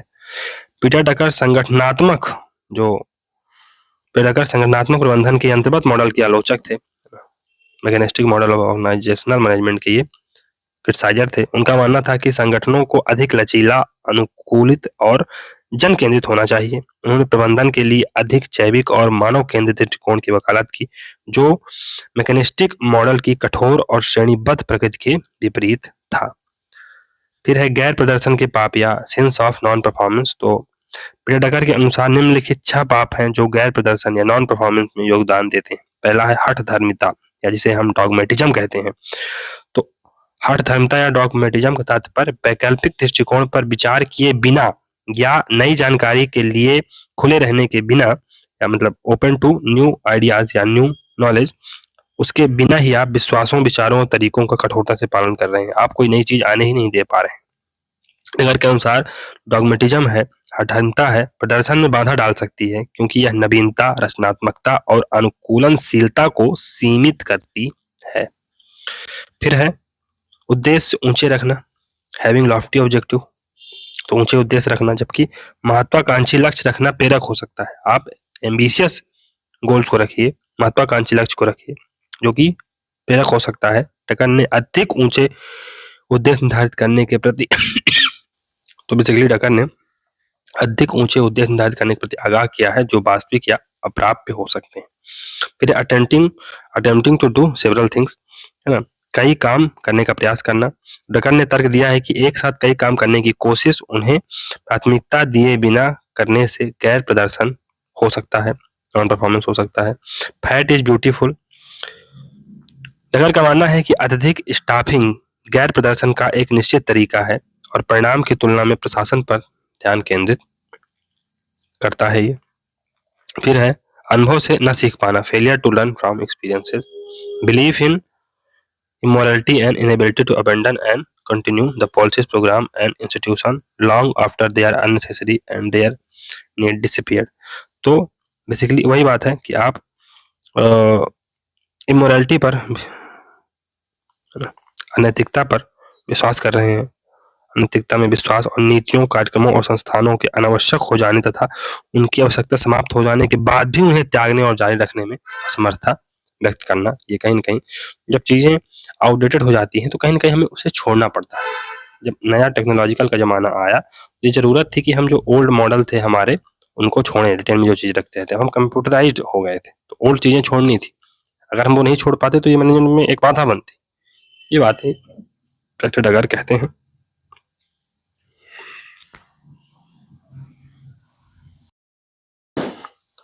तो पीटर डकर की कुछ महत्वपूर्ण पुस्तकों के बारे में देखते हैं। पहली है द प्रैक्टिस ऑफ मैनेजमेंट, 1954 में आती है। The practice of management. The effective executive, ये 1966 में आती है। The effective executive. The landmarks of tomorrow, ये 1959 में पुस्तक आती है। अब सिस्टम थ्योरी के बारे में देखते हैं। तो जो व्यवस्था सिद्धांत है, खैर उसके बारे में हम लोगों ने जब कंपैरेटिव पॉलिटिक्स पढ़ी थी तो वहां पर पढ़ चुके थे, लेकिन फिर से देखते हैं पब्लिक एडमिनिस्ट्रेशन में इसका एप्लीकेशन कैसे हो सकता है, उसको देखेंगे। व्यवस्था सिद्धांत बेसिकली एक इकाई या जैविक संपूर्ण बनाने के लिए इस तरह से जुड़ी चीजों का सेट या व्यवस्था है। That set of arrangement of the thing so connected as to form a unity or organic whole। तो एक इकाई या जैविक संपूर्ण बनाने के लिए इस तरह से जुड़ी चीजों का सेट या व्यवस्था है। एक प्रणाली में कई भाग होते हैं, इन भागों को उप प्रणाली कहा जाता है। तो किसी भी सिस्टम में या किसी भी प्रणाली में कई भाग होते हैं जिन्हें हम उप सिस्टम कह सकते हैं, उप प्रणाली कह सकते हैं। फिर है प्रणाली की एक परिभाषित सीमा होती है जिसके माध्यम से यह अपने पर्यावरण के साथ संपर्क करता है। इस बाहरी वातावरण को सुप्रा सिस्टम कहा जाता है। सुप्रा सिस्टम बाहरी वातावरण को कहा जाता है। एक प्रणाली में 5 बुनियादी भाग होते हैं। पहला इनपुट, दूसरा प्रोसेस, तीसरा आउटपुट, फिर फीडबैक और एनवायरनमेंट। ये इनपुट, प्रक्रिया, आउटपुट, फीडबैक और पर्यावरण, ये 5 बुनियादी भाग होते हैं किसी भी प्रणाली में। व्यवस्था की 2 श्रेणियां होती हैं। There are 2 categories of system. पहला है खुली प्रणालियां यानी ओपन सिस्टम्स। तो खुली प्रणालियों में ओपन सिस्टम में सामाजिक और जैविक प्रणालियां आती हैं। उनके पर्यावरण के साथ अंतःक्रिया को इसमें शामिल किया जाता है। जो क्लोज सिस्टम है या क्लोज व्यवस्थाएं हैं उसमें यांत्रिक और भौतिक प्रणालियां पर्यावरण के साथ परस्पर क्रिया नहीं करती। तो इसमें सोशल और जो सामाजिक और जैविक प्रणालियां हैं अपने पर्यावरण के साथ इसमें ओपन सिस्टम में क्रिया करती हैं, क्लोज सिस्टम में क्रिया नहीं करती। संगठन 7 उप प्रणालियों से युक्त खुली सामाजिक प्रणालियों की एक श्रेणी से आता है, एक श्रेणी में आता है। संगठनों के अध्ययन के लिए प्रणाली दृष्टिकोण या जो सिस्टम थ्योरी है या सिस्टम अप्रोच है, ये 1950 के बाद विकसित हुई। यह आधुनिक संगठन सिद्धांत के रूप में भी जाना जाता है। यह आधुनिक संगठन सिद्धांत के रूप में भी जाना जाता है। फिर इसमें लुडविग वान बर्टनलाफी, एक जीव वैज्ञानिक है, ने जनरल सिस्टम थ्योरी दी। एक समान व्यवस्था सिद्धांत पहली बार विकसित किया था और यहीं से प्रभावित होकर जो सिस्टम थ्योरी है कहीं न कहीं आगे आती है, जिसे आगे डेविएशन बढ़ाते हैं, है ना। फिर जो एमपी फॉलेट है ने संगठन को एक सामाजिक व्यवस्था के रूप में देखा है। एमपी फॉलेट ने संगठन को एक सामाजिक व्यवस्था के रूप में देखा है। चेस्टर बर्नार्ड ने व्यवस्था के दृष्टिकोण से संगठन की पहली व्यापक व्याख्या दी। उन्होंने एक संगठन को सहकारी सामाजिक प्रणाली के रूप में परिभाषित किया है। एक संगठन को सहकारी सामाजिक प्रणाली के रूप में परिभाषित किया है। फिर है नॉर्बर्ट बीनर, इनका साइबरनेटिक्स का कॉन्सेप्ट बेसिकली बहुत महत्वपूर्ण कॉन्सेप्ट है, इसको याद रखिएगा। तो नॉर्बर्ट बीनर साइबरनेटिक्स के क्षेत्र में अग्रणी रहे हैं और एक संगठन के बारे में पहला स्पष्ट दृष्टिकोण इनपुट, प्रक्रिया, आउटपुट, फीडबैक और पर्यावरण से युक्त एक प्रणाली के रूप में इन्होंने दिया था। हर्बर्ट साइमन का निर्णय लेने वाला जो मॉडल है वो सिस्टम दृष्टिकोण पर ही आधारित है कहीं ना कहीं। फिर है नेतृत्व के सिद्धांत, या जो अभी तो इसमें हम लोग और चीजें देखेंगे। पहला, there are 3 models of organization. Model, किसी भी संगठन के 3 मॉडल हो सकते हैं। किसी भी संगठन के 3 मॉडल हो सकते हैं। पहला है क्लोज्ड मॉडल, तो बंद मॉडल है, बंद व्यवस्था है। तो बंद व्यवस्था में हम ब्यूरोक्रेटिक सिस्टम को दे सकते हैं जो कि बंद होता है, हायरार्किकल होता है, फॉर्मल और रेशनल होता है ना। तो जो क्लोज सिस्टम होते हैं वो कहीं ना कहीं ब्यूरोक्रेटिक होते हैं, उसमें एक ही बॉस होता है ना, बॉस को ज़्यादा महत्व होता है। वो हायरार्किकल होते हैं, क्रमबद्ध होते हैं, है ना, पदानुक्रम उसमें पाया जाता है। वो फॉर्मल होते हैं, औपचारिक होते हैं और वो तर्क संगत होते हैं, लीगल रेशनल होते हैं। फिर कुछ ओपन मॉडल होते हैं जहाँ पर उनका जो नेचर कैसा होता है, कोलेजियल होते हैं, कम्पिटिटिव होते हैं, फिर मार्केट होता है, इनफॉर्मल होते हैं और नेचुरल होते हैं। वो प्राकृतिक होते हैं, अनौपचारिक होते हैं। वहाँ पर कंपटीशन होता है, प्रतिद्वंदता होती है और कहीं न कहीं जो संबंध होते हैं वो कोलिजियल होते हैं, आपसी मधुर संबंध होते हैं, है ना? आपस में थोड़ा बहुत आदमी गॉसिप कर लिया, है ना? जैसे इनफॉर्मल ऑर्गेनाइजेशन में होता है ना, औपचारिक संगठन में थोड़ा बहुत, है ना? तो बहुत ही अच्छा माहौल होता है। न्यूअर ट्रेडिशन मॉडल, तो नया जो परंपरागत मॉडल है इसमें it try to synthesize both the closed and open model. तो जो बेसिकली जो न्यूअर ट्रेडिशन मॉडल है, इसे नव परंपरागत सिद्धांत कह सकते हैं, ये दोनों क्लोज्ड यानी बंद मॉडल को और जो खुला मॉडल है, दोनों को एक साथ लाने का प्रयास करता है। और इसको एक प्रकार से जो न्यूअर ट्रेडिशन मॉडल है, इसे जेम्स डी थॉमसन ने दिया था, ये याद रखिएगा। अब हम लोग थ्योरीज ऑफ लीडरशिप देखते हैं, यहाँ नेतृत्व के सिद्धांतों को देखते हैं। तो पहला है ट्रेड थ्योरी, या इसे हम ग्रेट मैन थ्योरी कहते हैं। विशेषता सिद्धांत या महान व्यक्ति सिद्धांत इसे कहा जाता है। यह सिद्धांत कहता है कि एक व्यक्ति उसके पास मौजूद गुणों के कारण महान नेता बनता है। एक व्यक्ति उसके पास मौजूद गुणों के कारण एक महान नेता बनता है। दूसरा है बिहेवियरल थ्योरी, जिसे हम व्यवहार सिद्धांत कहते हैं। यह इस बात पर ध्यान केंद्रित करता है कि नेता क्या करते हैं, नेतृत्व के कार्य और शैलियों पर ये फोकस करता है। फिर है सिचुएशनल सिद्धांत, सिचुएशनल थ्योरी, यह सिद्धांत मानता है कि नेतृत्व स्थिति जन्य चर से प्रभावित होता है और स्थिति से स्थिति में भिन्न होता है। तो जैसे ट्रेड थ्योरी है, महान ग्रेट मैन थ्योरी है, इसमें हम कह सकते हैं कि जो हमारे महापुरुष थे, गांधी, अंबेडकर या स्वामी विवेकानंद, इनके अंदर ये महान, उनके अंदर गुण पाए जाते थे, इसलिए ये महान लीडर बने। बिहेवियर थ्योरी, तो कुछ लोग बिहेवियर पर फोकस करते हैं अपने, कुछ लोगों का बिहेवियर ही लीडर वाला हो जाता है, उनके अंदर एक अलग से लीडरशिप की क्वालिटी रहती है, गुण रहता है। फिर सिचुएशनल, कुछ लोग सिचुएशन के कारण लीडर बन जाते हैं। तो अब वर्तमान में अगर देखा जाए तो जैसे कांग्रेस पार्टी के जो हेड है राहुल गांधी, वो उनकी परिस्थितियां ऐसी हैं कि वो ना चाहें फिर भी वो लीडर बनेंगे, समझ रहे हैं ना? तो कुछ लोग सिचुएशन बन जाते हैं, कुछ के अंदर बिहेवियर, जैसे मोदी जी बिहेवियर में है उनके लीडरशिप क्वालिटी, और कुछ लोगों के अंदर जन्म से ही महान व्यक्ति पैदा होते हैं, जैसे नेहरू हो गए, अंबेडकर हो गए, तो इनके अंदर शुरू से ही ऐसी कुछ क्वालिटियां थी महान, है ना? कुछ लोग बिहेवियर अपना बना बना के लीडर बन जाते हैं, मेहनत करके लीडर बन जाते हैं, और कुछ लोग सिचुएशन के कारण लीडर बन जाते हैं। जैसे कोई अब राजा का बेटा हुआ, कोई गुण नहीं है लेकिन फिर भी नेता बनेगा, राजा बनेगा, तो ये बात होती। एमपी फॉलेट ने बेसिकली निम्नलिखित 3 प्रकार के नेतृत्व के बीच भेद किया है। पहला लीडरशिप ऑफ पोजीशन, यानी कि स्थिति का नेतृत्व। दूसरा लीडरशिप ऑफ पर्सनालिटी, जिसे हम व्यक्तित्व का नेतृत्व कह सकते हैं। और तीसरा है लीडरशिप ऑफ फंक्शन, कार्य का नेतृत्व। चेस्टर बर्नार्ड का नेतृत्व 3 चीजों पर निर्भर करता है। Chester Bernard's leadership depend on 3 thing, the individual, the followers and the condition. तो चेस्टर बर्नार्ड का नेतृत्व 3 चीजों पर निर्भर करता है, व्यक्ति, उनके अनुयायी और शर्तें क्या है, सिचुएशंस क्या है, कंडीशन क्या है। जॉन फ्रेंच और बर्ट्राम रेवन ने 5 प्रस्ताव दिए हैं कि शक्ति के स्रोत नेतृत्व के आधार पर। जॉन फ्रेंच और बर्टन रेवन ने 5 sources of power basis of leadership. तो शक्ति के आधार पर लीडरशिप किन 5 चीजों से इंपोर्टेड होती है, किन 5 चीजों से मिलकर बनती है, उसको हम देखते हैं। एक तो कोर्सिव पावर होती है, जिसे हम जबरदस्ती की पावर कहते हैं। दूसरा है रिवार्ड पावर, जिसे हम पुरस्कार शक्ति कहते हैं। तीसरा लेजिटिमेट पावर, जिसे हम वैध शक्ति कहते हैं। चौथा एक्सपर्ट पावर, जिसे हम विशेषज्ञ पावर कहते हैं, आपके पास कोई एक्सपर्टीज है उसके कारण आपके जो अंदर जो पावर आती है। तीसरी है डिटरेंट या संदर्भ पावर, जिसे हम कहते हैं। ये 5 प्रकार हैं पावर के, लीडरशिप और पावर के। अब नेक्स्ट है नेतृत्व की 3 बुनियादी शैलियां होती हैं। पहला तो ऑटोक्रेटिक, यानी कि निरंकुश। दूसरा है डेमोक्रेटिक, यानी लोकतांत्रिक। और तीसरा है लेसा फेयर, यानी हस्तक्षेप की नीति। तो हमारे जो पेरेंट्स होते हैं उनके हिसाब से हम इसकी लीडरशिप की तीनों क्वालिटियों को समझ सकते हैं कि बहुत सारे जो पेरेंट होते हैं ऑटोक्रेटिक होते हैं, तानाशाह होते हैं, यही करना है मतलब यही करना है। कुछ डेमोक्रेटिक होते हैं कि बेटा ये मत करो, ये कर लो, ऐसा करो, थोड़ा सा आपको स्कोप दे देते हैं। और एक प्रकार के होते हैं हस्तक्षेप की, जो करना है करो, हमसे कोई मतलब नहीं, अपना करते रहो। तो ये लीडरशिप की 3 क्वालिटियां होती हैं। फिर जॉर्ज आर टेरी के अनुसार नेतृत्व गतिविधि है। नेतृत्व एक गतिविधि है, नेतृत्व करना एक गतिविधि है।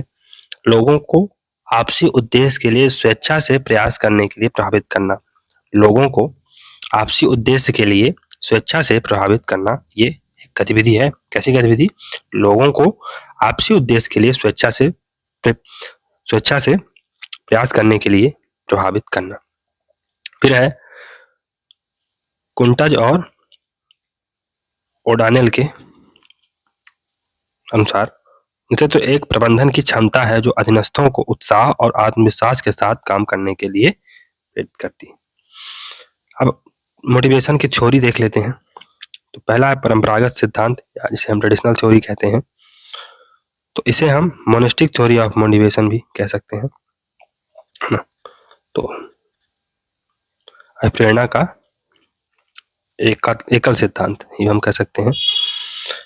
इसे हम इकोनॉमिक थ्योरी ऑफ मोटिवेशन भी कह सकते हैं, है ना। तो मोटिवेशन का या प्रेरणा का आर्थिक सिद्धांत, या इसे हम कैरेट स्टिक अप्रोच भी कह सकते हैं, गाजर या छड़ी अप्रोच भी कह सकते हैं। तो पारंपरिक सिद्धांत है, इसे हम प्रेरणा के अद्वैत सिद्धांत के रूप में भी कह सकते हैं। अद्वैत सिद्धांत या एकल सिद्धांत के रूप में भी जाना जाता है। इसे प्रेरणा के आर्थिक सिद्धांत के रूप में भी जाना जा सकता है।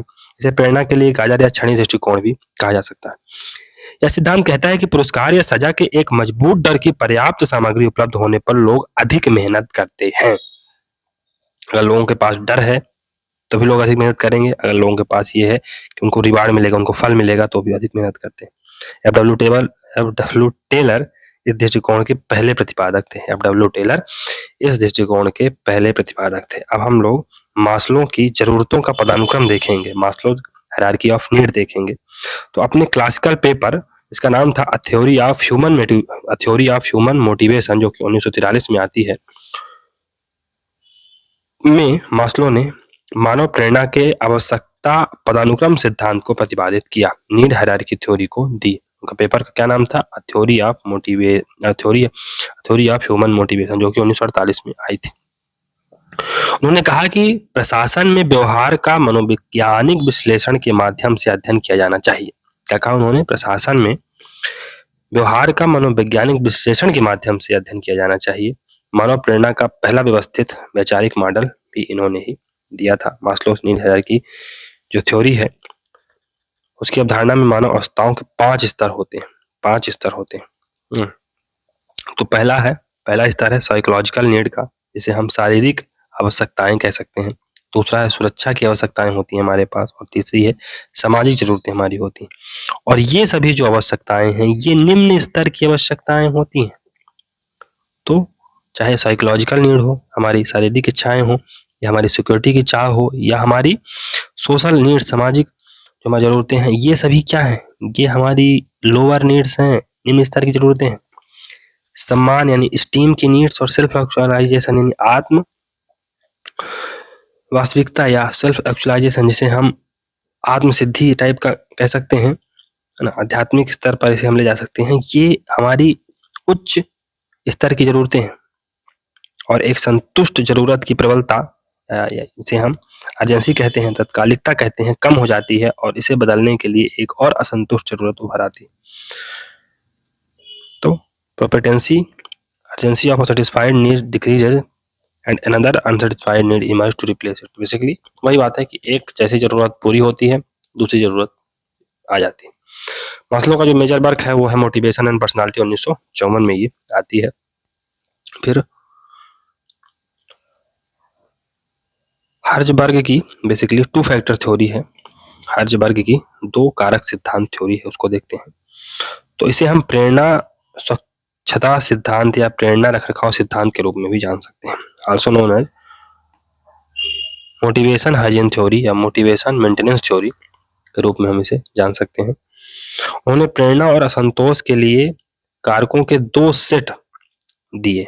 बेसिकली उन्होंने प्रेरणा और संतोष के लिए कारकों के 2 सेट दिए, दोनों एक दूसरे से अलग होते हैं।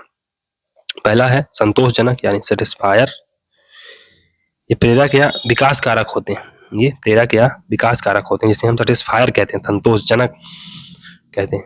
जैसे कि उपलब्धि, मान्यता, जिम्मेदारी, उन्नति, वृद्धि, ये क्या होती हैं? ये मोटिवेटर्स हैं या ग्रोथ फैक्टर होते हैं, सेटिस्फायर होते हैं। दूसरा है असंतुष्टि कारक या डिससेटिस्फायर, ये हाइजीन फैक्टर होते हैं, ये मेंटेनेंस फैक्टर होते हैं, जैसे कंपनी की नीति, पर्यवेक्षण, वेतन, पारस्परिक संबंध, काम करने की स्थिति, ये सब क्या है? डिससेटिस्फायर। ये हमें असंतुष्ट होने से तो बचा सकते हैं, लेकिन ये हमें संतुष्ट नहीं कर सकते, और ये फैक्टर हमें संतुष्ट करते हैं। कुल मिला के बात ये है, हर्जबर्गर ने बेसिकली संगठनों में काम करने वाले लोगों को 2 श्रेणियों में विभाजित किया है, जिन्हें हाइजीन सीकर और मोटिवेशन सीकर हम कह सकते हैं। तो हर्जबर्ग ने संगठनों में काम करने वाले लोगों को 2 श्रेणियों में विभाजित किया है। एक तो हाइजीन सीकर, जो क्या चाहते हैं कि हमें असंतुष्टि ना हो, हमें जो सरकार है उसकी, या जो ऑर्गेनाइजेशन है, जो संगठन है, हमें ऐसी ज़रूरतें, ऐसी चीज़ें उपलब्ध कराता रहे कि हमें काम करने में आसानी हो, हम अच्छे से आएँ, अच्छे से जाएँ, अच्छे से रहें। कुछ मोटिवेशन फैक्टर होते हैं, मोटिवेशन सीकर होते हैं, जो अपना विकास करना चाहते हैं और आगे बढ़ना चाहते हैं, वो स्वयं उस कंपनी के मैनेजिंग डायरेक्टर बनना चाहते हैं, ये सब चीज़ें होती हैं। फिर है जो मेजर वर्क्स हैं हर्जबर्ग के, तो मोटिवेशन टू वर्क है, 1964 में आता है। फिर work and the nature of man, 1966 में ये पुस्तक आती है। Managerial choice colon to be efficient and to be human, ये 1976 में पुस्तक आती है। आर्टिकल्स भी उन्होंने बहुत सारे लिखे हैं। One more time colon how do you motivate employees, 1968 में पुस्तक आती है। फिर जॉब एंगेजमेंट पे ऑफ, 1969 में इनका आर्टिकल आता है। Along with WJ Paul and KB Robertson junior, ये उनका आर्टिकल है। फिर डगलस मैकग्रेगर की थ्योरी एक्स और थ्योरी वाई, ये भी महत्वपूर्ण है, डगलस मैकग्रेगर की थ्योरी एक्स और थ्योरी वाई। तो मैकग्रेगर के अनुसार प्रबंधन संगठनों में मानव प्रकृति के बारे में धारणाओं को 2 अलग अलग तरीकों से हम देख सकते हैं। थ्योरी एक्स और थ्योरी वाई के रूप में मान्यताओं के हम सेट को देख सकते हैं। थ्योरी एक्स में क्या आता है, थ्योरी वाई में क्या आता है, उसको देखते हैं। तो हम लोग थ्योरी एक्स और थ्योरी वाई में देखेंगे कि एक संगठन में जो मानव प्रगति होती है वो थ्योरी वाई क्या मानती है और थ्योरी एक्स क्या मानती है, और थ्योरी वाई क्या मानती है। थ्योरी एक्स मानती है मानव या ह्यूमन, जो एक किसी भी संगठन में जो मानव की प्रवृत्ति होती है, थ्योरी एक्स का मानना है कि जो लोग होते हैं अपने काम को नापसंद करते हैं और जिम्मेदारी से बचते रहते हैं, ऐसा थ्योरी एक्स मानती है। जबकि थ्योरी वाई क्या मानती है कि जो व्यक्ति होते हैं काम करने और जिम्मेदारी स्वीकार करने में उनको खुशी होती है। जो नेतृत्व होता है वो थ्योरी एक्स मानती है कि वो अधिनायकवादी या निरंकुश होता है, जबकि थ्योरी मानती है कि ये लोकतांत्रिक और भागीदारीपूर्ण होता है। कंट्रोल या नियंत्रण, थ्योरी एक्स मानती है कि ये बाहरी और कठोर होता है, और जो थ्योरी एक्स मानती है और थ्योरी वाई क्या मानती है, जो कंट्रोल होता है, नियंत्रण होता है, ये आंतरिक और आत्म नियंत्रण पर आधारित होता है। मोटिवेशन या प्रेरणा, तो थ्योरी एक्स क्या मानती है कि ये दंडात्मक या जबरदस्ती होता है या बलात्पूर्वक होता है। थ्योरी एक्स, लोगों के लिए मोटिवेशन कहाँ से आएगा, तो या तो हम उनको दंड दिखाएं कि अब नौकरी से निकाल देंगे, या उन्हें बल प्रयोग करें। लेकिन जो थ्योरी वाई है वो कहती है कि हम लोगों को मोटिवेट कर सकते हैं, लोगों को मोटिवेट कर सकते हैं उनको पुरस्कार या उनकी प्रशंसा करके। अप्रेजल है जिसे मूल्यांकन कहते हैं। तो बेसिकली जो थ्योरी वाई है वो क्या कहती है कि लोगों में हमें उनके दोष खोजने चाहिए, जबकि जो थ्योरी वाई है ये कहती है कि हमें रचनात्मक और कल्पनात्मक रूप से समस्याओं को हल करने पर फोकस करना चाहिए। फिर central principle which drives from theory X has been the scalar principle and theory Y has been the principle of integration. तो जो केंद्रीय सिद्धांत या जो कोर सिद्धांत हमें थ्योरी एक्स से प्राप्त होता है वो है स्केलर सिद्धांत, और जो कोर सिद्धांत हमें थ्योरी वाई से प्राप्त होता है उसे हम एकीकरण सिद्धांत कह सकते हैं। जो थ्योरी एक्स है या सिद्धांत एक्स है वो कार्य केंद्रित है, वो वर्क ओरिएंटेड है, कार्य केंद्रित है, जबकि थ्योरी वाई वर्क और पीपल सेंटर्ड है, ये कार्य और जन केंद्रित है। मैकग्रेगर ने निष्कर्ष निकाला कि थ्योरी वाई मान्यताओं पर आधारित प्रबंधकीय रणनीति अधिक फायदेमंद और सहभागी होती है। डगलस मैकग्रेगर के अनुसार थ्योरी वाई में व्यवहार का एकीकरण प्रबंधन में महत्वपूर्ण प्रक्रिया के रूप में देखा गया है। फिर है, इसका मतलब है कि प्रबंधन को ऐसा माहौल बनाने का प्रयास करना चाहिए जो कर्मचारियों की सक्रिय भागीदारी और जुड़ाव को प्रोत्साहित करे। धारणा यह है कि जब कर्मचारियों को योगदान करने और निर्णय लेने की प्रक्रियाओं में शामिल होने का अवसर दिया जाता है तो वे अपने काम के प्रति स्वामित्व और जिम्मेदारी की भावना से काम करते हैं। थोरीबाई के परिणाम स्वरूप ऐसे स्थितियां निर्मित होती हैं जो कर्मचारियों को अपने लक्ष्य प्राप्त करने में सहायक होती हैं और साथ ही संगठन की सफलता में भी योगदान देती हैं। इसका मतलब यह है कि जब कर्मचारी को स्वायत्तता और विश्वास दिया जाता है तो उसके अपने व्यक्तिगत लक्ष्यों को उद्यम के लक्ष्यों के साथ संरेखित करने की अधिक संभावना होती है। अगर व्यक्ति को स्वायत्तता और विश्वास दिया जाए तो वो व्यक्ति अपने जो लक्ष्य हैं, उसके जो व्यक्तिगत गोल हैं, सेल्फ गोल्स हैं, वो उसे जो संगठन के गोल्स हैं उससे मिलाकर कहीं ना कहीं बहुत अच्छा करने का प्रयास करेगा। जो मैकग्रेगर के महत्वपूर्ण वर्क हैं उसके the human side of enterprise 1960 में ये पुस्तक आती है, the human side of enterprise. अब हम लोग कंपैरेटिव पब्लिक एडमिनिस्ट्रेशन, जिसे हम तुलनात्मक लोक प्रशासन कहते हैं, उसको पढ़ेंगे। इसमें सबसे महत्वपूर्ण थिंकर फेरल हेडी हैं। फेरल हेडी के अनुसार तुलनात्मक लोक प्रशासन एक बौद्धिक एंटरप्राइज है, बौद्धिक उद्यम है के रूप में 5 प्रेरक चिंताओं को संबोधित करता है। It addresses 5 motivating concern as an intellectual enterprise. पहला है सिद्धांत की खोज, सर्च फॉर थ्योरी। दूसरा है व्यवहारिक अनुप्रयोग का आग्रह, the urge for practical application. तीसरा है तुलनात्मक राजनीति के व्यापक क्षेत्र का आकस्मिक योगदान, the accidental contribution of broader field of comparative politics. तुलनात्मक राजनीति के व्यापक क्षेत्र का आकस्मिक योगदान। फिर है the interest of the researchers trend in the tradition of administrative law. साथ ही साथ प्रशासनिक कानून की परंपरा में प्रशिक्षित शोधकर्ताओं की रुचि भी महत्वपूर्ण है। साथ ही साथ लोक प्रशासन की चल रही समस्याओं का तुलनात्मक विश्लेषण भी इसके लिए महत्वपूर्ण है, the comparative analysis of ongoing problem of public administration. चलिए अब हम लोग फ्रेडरिक्स जो है ना, एफ.डब्ल्यू. रिक्स हैं, उल्लेख है कि तुलनात्मक जो लोक प्रशासन में उसमें 3 प्रवृत्तियां होती हैं। एफ.डब्ल्यू. रिक्स ने तुलनात्मक लोक प्रशासन में 3 प्रवृत्तियां मानी है। पहला है मानक अध्ययन। तो मानक अध्ययन जो क्या होना चाहिए उसे संबंधित है। तो अ shift from normative studies which deals with what ought to be to empirical study which deals with what it is। तो हमें कहीं ना कहीं जो मानक अध्ययन है जो इस चीज पर फोकस करते हैं कि क्या होना चाहिए, है ना, व्हाट शुड बी पर जो फोकस करते हैं, व्हाट आर्ट टू बी पर फोकस करते हैं, क्या होना चाहिए पर फोकस करते हैं, जो मानक अध्ययन होते हैं या जो नॉर्मेटिव स्टडीज होती हैं, उससे हमें मूव करना है क्या है पर, व्हाट इज पर फोकस करना है। हमें कुल मिला के आदर्शवादी से प्रैक्टिकल बनना है, व्यवहारवादी बनना है, कुल मिला के ये। फिर हमें हमें आइडियोग्राफिक अध्ययन क्या होते हैं, जो एक राष्ट्र अध्ययन या व्यक्तिवादी अध्ययन पर केंद्रित होते हैं, है ना। तो जो आइडियोग्राफिक अध्ययन होते हैं वो कहीं ना कहीं किसी एक देश की स्टडी करते हैं या एक व्यक्ति की स्टडी करते हैं। से हमें मूव ऑन करना है नोमोथेटिक स्टडीज पर, जिसे हम कह सकते हैं कि ऐसी जो स्टडीज होती हैं, ऐसे जो अध्ययन होते हैं सार्वभौमिक होते हैं। वो किसी एक राष्ट्र या इंडिविजुअल पर नहीं बल्कि पूरे विश्व को अपने केंद्र पे रखते हैं, स्टडी के केंद्र में रखते हैं। हमें नॉन इकोलॉजिकल स्टडी से, गैर परिस्थितिकी अध्ययन से, जो एक अलग गतिविधि के रूप में प्रशासनिक घटनाओं पर ध्यान केंद्रित करता है, which focuses on administrative phenomena as an isolated activity, से हमें इकोलॉजिकल स्टडी की तरफ बढ़ना पड़ेगा, पारिस्थितिकी अध्ययन की तरफ बढ़ना पड़ेगा, जो अपने बाहरी वातावरण के संबंध में प्रशासनिक घटनाओं की जांच करता है, which examines on administrative phenomena in relation to its external environment. तो ये बेसिकली एफ.डब्ल्यू. रिक्स बताते हैं। अब हम लोग बिहेवियरल अप्रोच को देखते हैं, व्यवहारिक दृष्टिकोण। तो संगठनों के अध्ययन में व्यवहारिक दृष्टिकोण यह समझने पर केंद्रित है कि लोग संगठनात्मक संदर्भ में कैसे व्यवहार करते हैं, how people behave in their organizational context. तो बेसिकली यह दृष्टिकोण संगठनों के भीतर व्यक्तिगत और समूह व्यवहार का विश्लेषण और व्याख्या करने के लिए मनोवैज्ञानिक, समाजशास्त्र और अन्य व्यवहार विज्ञान के सिद्धांतों और अवधारणाओं पर आधारित है।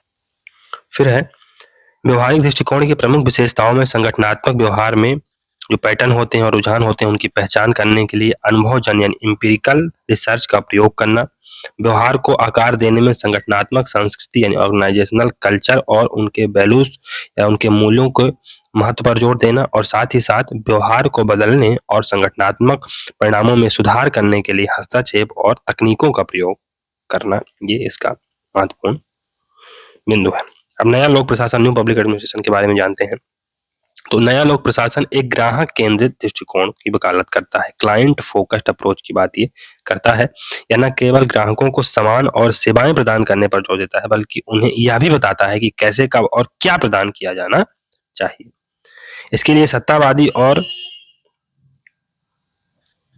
It requires positive, proactive and responsive administration. इसके लिए हमें एक प्रकार से सकारात्मक, नॉट सत्तावादी, सकारात्मक, प्रोएक्टिव यानी ऐसे लोग जो ज्यादा एक्टिव हो, प्रोएक्टिव हो, है ना, कोई काम पूछने से पहले ही उसका आंसर दे दें, और रिस्पॉन्सिव जो कि कहीं ना कहीं, तो हमें बेसिकली सकारात्मक, सक्रिय और उत्तरदायी प्रशासकों की आवश्यकता है, ना कि तानाशाही और इवरी टावर ब्यूरोक्रेट्स।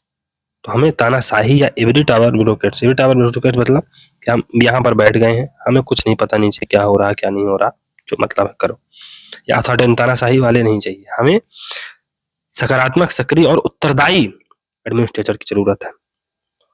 नवीन लोक प्रशासन, जिन्हें हम एनपीए कहते हैं, के विरोधी लक्ष्य लोक प्रशासन के पारंपरिक लक्ष्यों के विपरीत हैं। तो नवीन लोक प्रशासन के विरोधी, जो नवीन लोक प्रशासन के विरोधी हैं, न्यू पब्लिक एडमिनिस्ट्रेशन का जो लोग विरोध करते हैं, वो लक्ष्य लोक प्रशासन यानी गोल या ट्रेडिशनल लोक प्रशासन पारंपरिक लक्ष्यों के विपरीत है। तो basically the anti goals of new public administration are opposite of traditional goals of public administration. वही बात है कि जो न्यू पब्लिक एडमिनिस्ट्रेशन के गोल हैं वो ट्रेडिशनल जो पब्लिक एडमिनिस्ट्रेशन है उसके गोल से विपरीत है। फिर एंटी पॉजिटिविज्म, जो लोग होते हैं ये एंटी पॉजिटिविज्म, ये क्या है? इसका मतलब इस विचार को खारिज करना कि केवल एक ही वस्तुनिष्ठ सत्य है जिसे वैज्ञानिक तरीके से खोजा जा सकता है। तो एंटी पॉजिटिव मतलब इस विचार को खारिज करना कि केवल एक ही वस्तुनिष्ठ सत्य है जिसे वैज्ञानिक तरीके से खोजा जा सकता है। एनपीए या न्यू पब्लिक एडमिनिस्ट्रेशन का तर्क है कि वास्तविकता के कई दृष्टिकोण और व्याख्याएं मौजूद हैं और उन्हें सार्वजनिक प्रशासन में ध्यान से रखना पड़ता है, या उन्हें सार्वजनिक प्रशासन में ध्यान में रखा जाना चाहिए। ऐसी बहुत सारे दृष्टिकोण और व्याख्याएं मौजूद हैं। फिर तकनीक विरोधी, एंटी टेक्निकल, इसका मतलब इस विचारधारा को खारिज करना है कि लोक प्रशासन एक तकनीक प्रक्रिया है जिसे केवल विशेषज्ञता और तर्कसंगत विश्लेषण के माध्यम से ही हल किया जा सकता है। ऐसा नहीं। एनपीए का तर्क है कि लोक प्रशासन एक जटिल सामाजिक प्रक्रिया है जिसमें मूल्य निर्णय, राजनीति और परस्पर विरोधी हित शामिल होते हैं।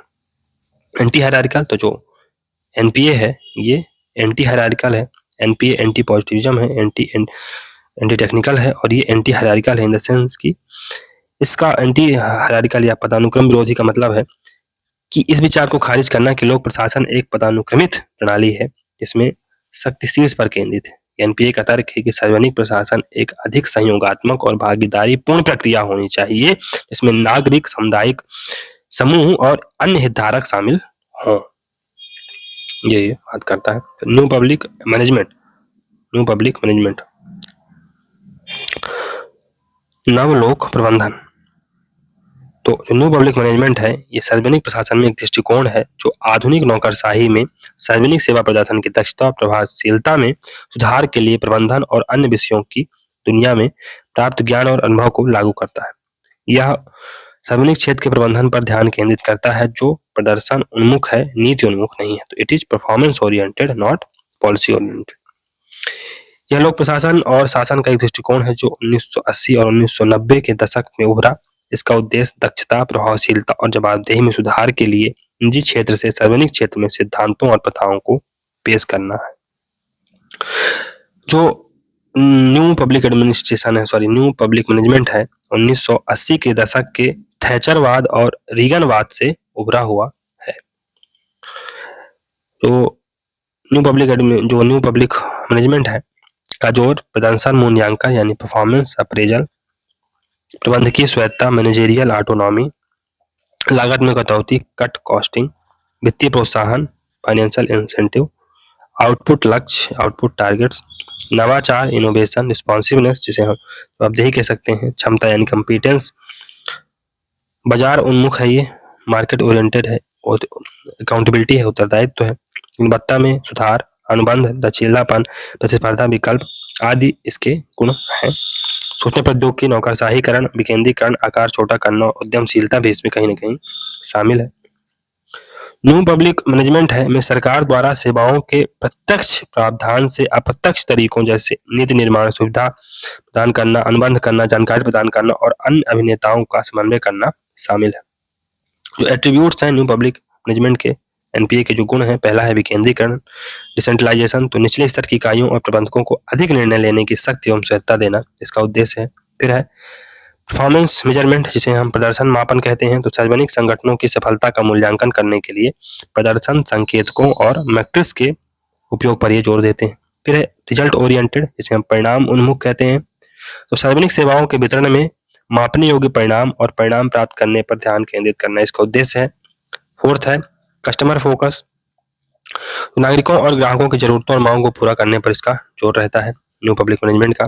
फिर कंपटीशन और मार्केट मैकेनिज्म पर ये बेस्ड है, यानी कि प्रतिस्पर्धा और बाजार तंत्र पर ये बेस्ड है। तो सार्वजनिक सेवाओं के प्रावधान में प्रतिस्पर्धा या बाजार जैसे तत्वों का परिचय देना इसका उद्देश्य। अकाउंटेबिलिटी यानी जवाबदेही पर ये फोकस करता है। सार्वजनिक अधिकारियों और संगठनों को उनके प्रदर्शन के लिए जवाबदेह भी ये बनाने का काम करता है।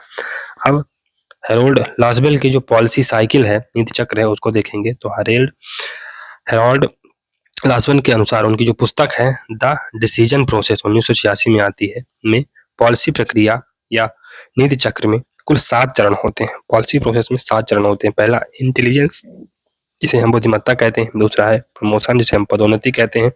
तीसरा है प्रिस्क्रिप्शन। चौथा है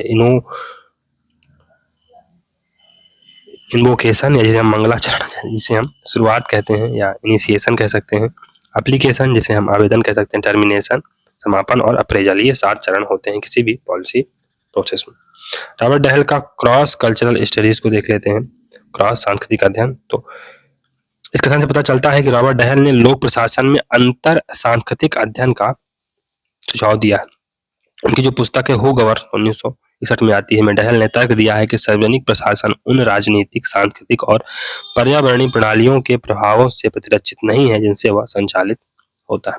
तो पब्लिक जो एडमिनिस्ट्रेशन है वो उन राजनीतिक, सांस्कृतिक और पर्यावरणीय प्रणालियों के प्रभावों से परिरक्षित नहीं है, यानी प्रोटेक्टिव नहीं है, इम्यून नहीं है, जिनसे वो प्रभावित या संचालित होता है। कुल मिला के पब्लिक एडमिनिस्ट्रेशन भी कहीं न कहीं जिन परिस्थितियों में रहता है उनकी सांस्कृतिक, राजनीतिक और पर्यावरणीय समस्याओं से, पर्यावरणीय दृष्टिकोण से प्रभावित होता है। ऐसा नहीं है कि जो पब्लिक एडमिनिस्ट्रेशन है वो वैक्यूम में रहता है, वो अपनी जो परिस्थितियां हैं उससे प्रभावित तो होता ही, हर व्यक्ति होता है, तो पब्लिक एडमिनिस्ट्रेशन क्यों नहीं होगा, ये बात है।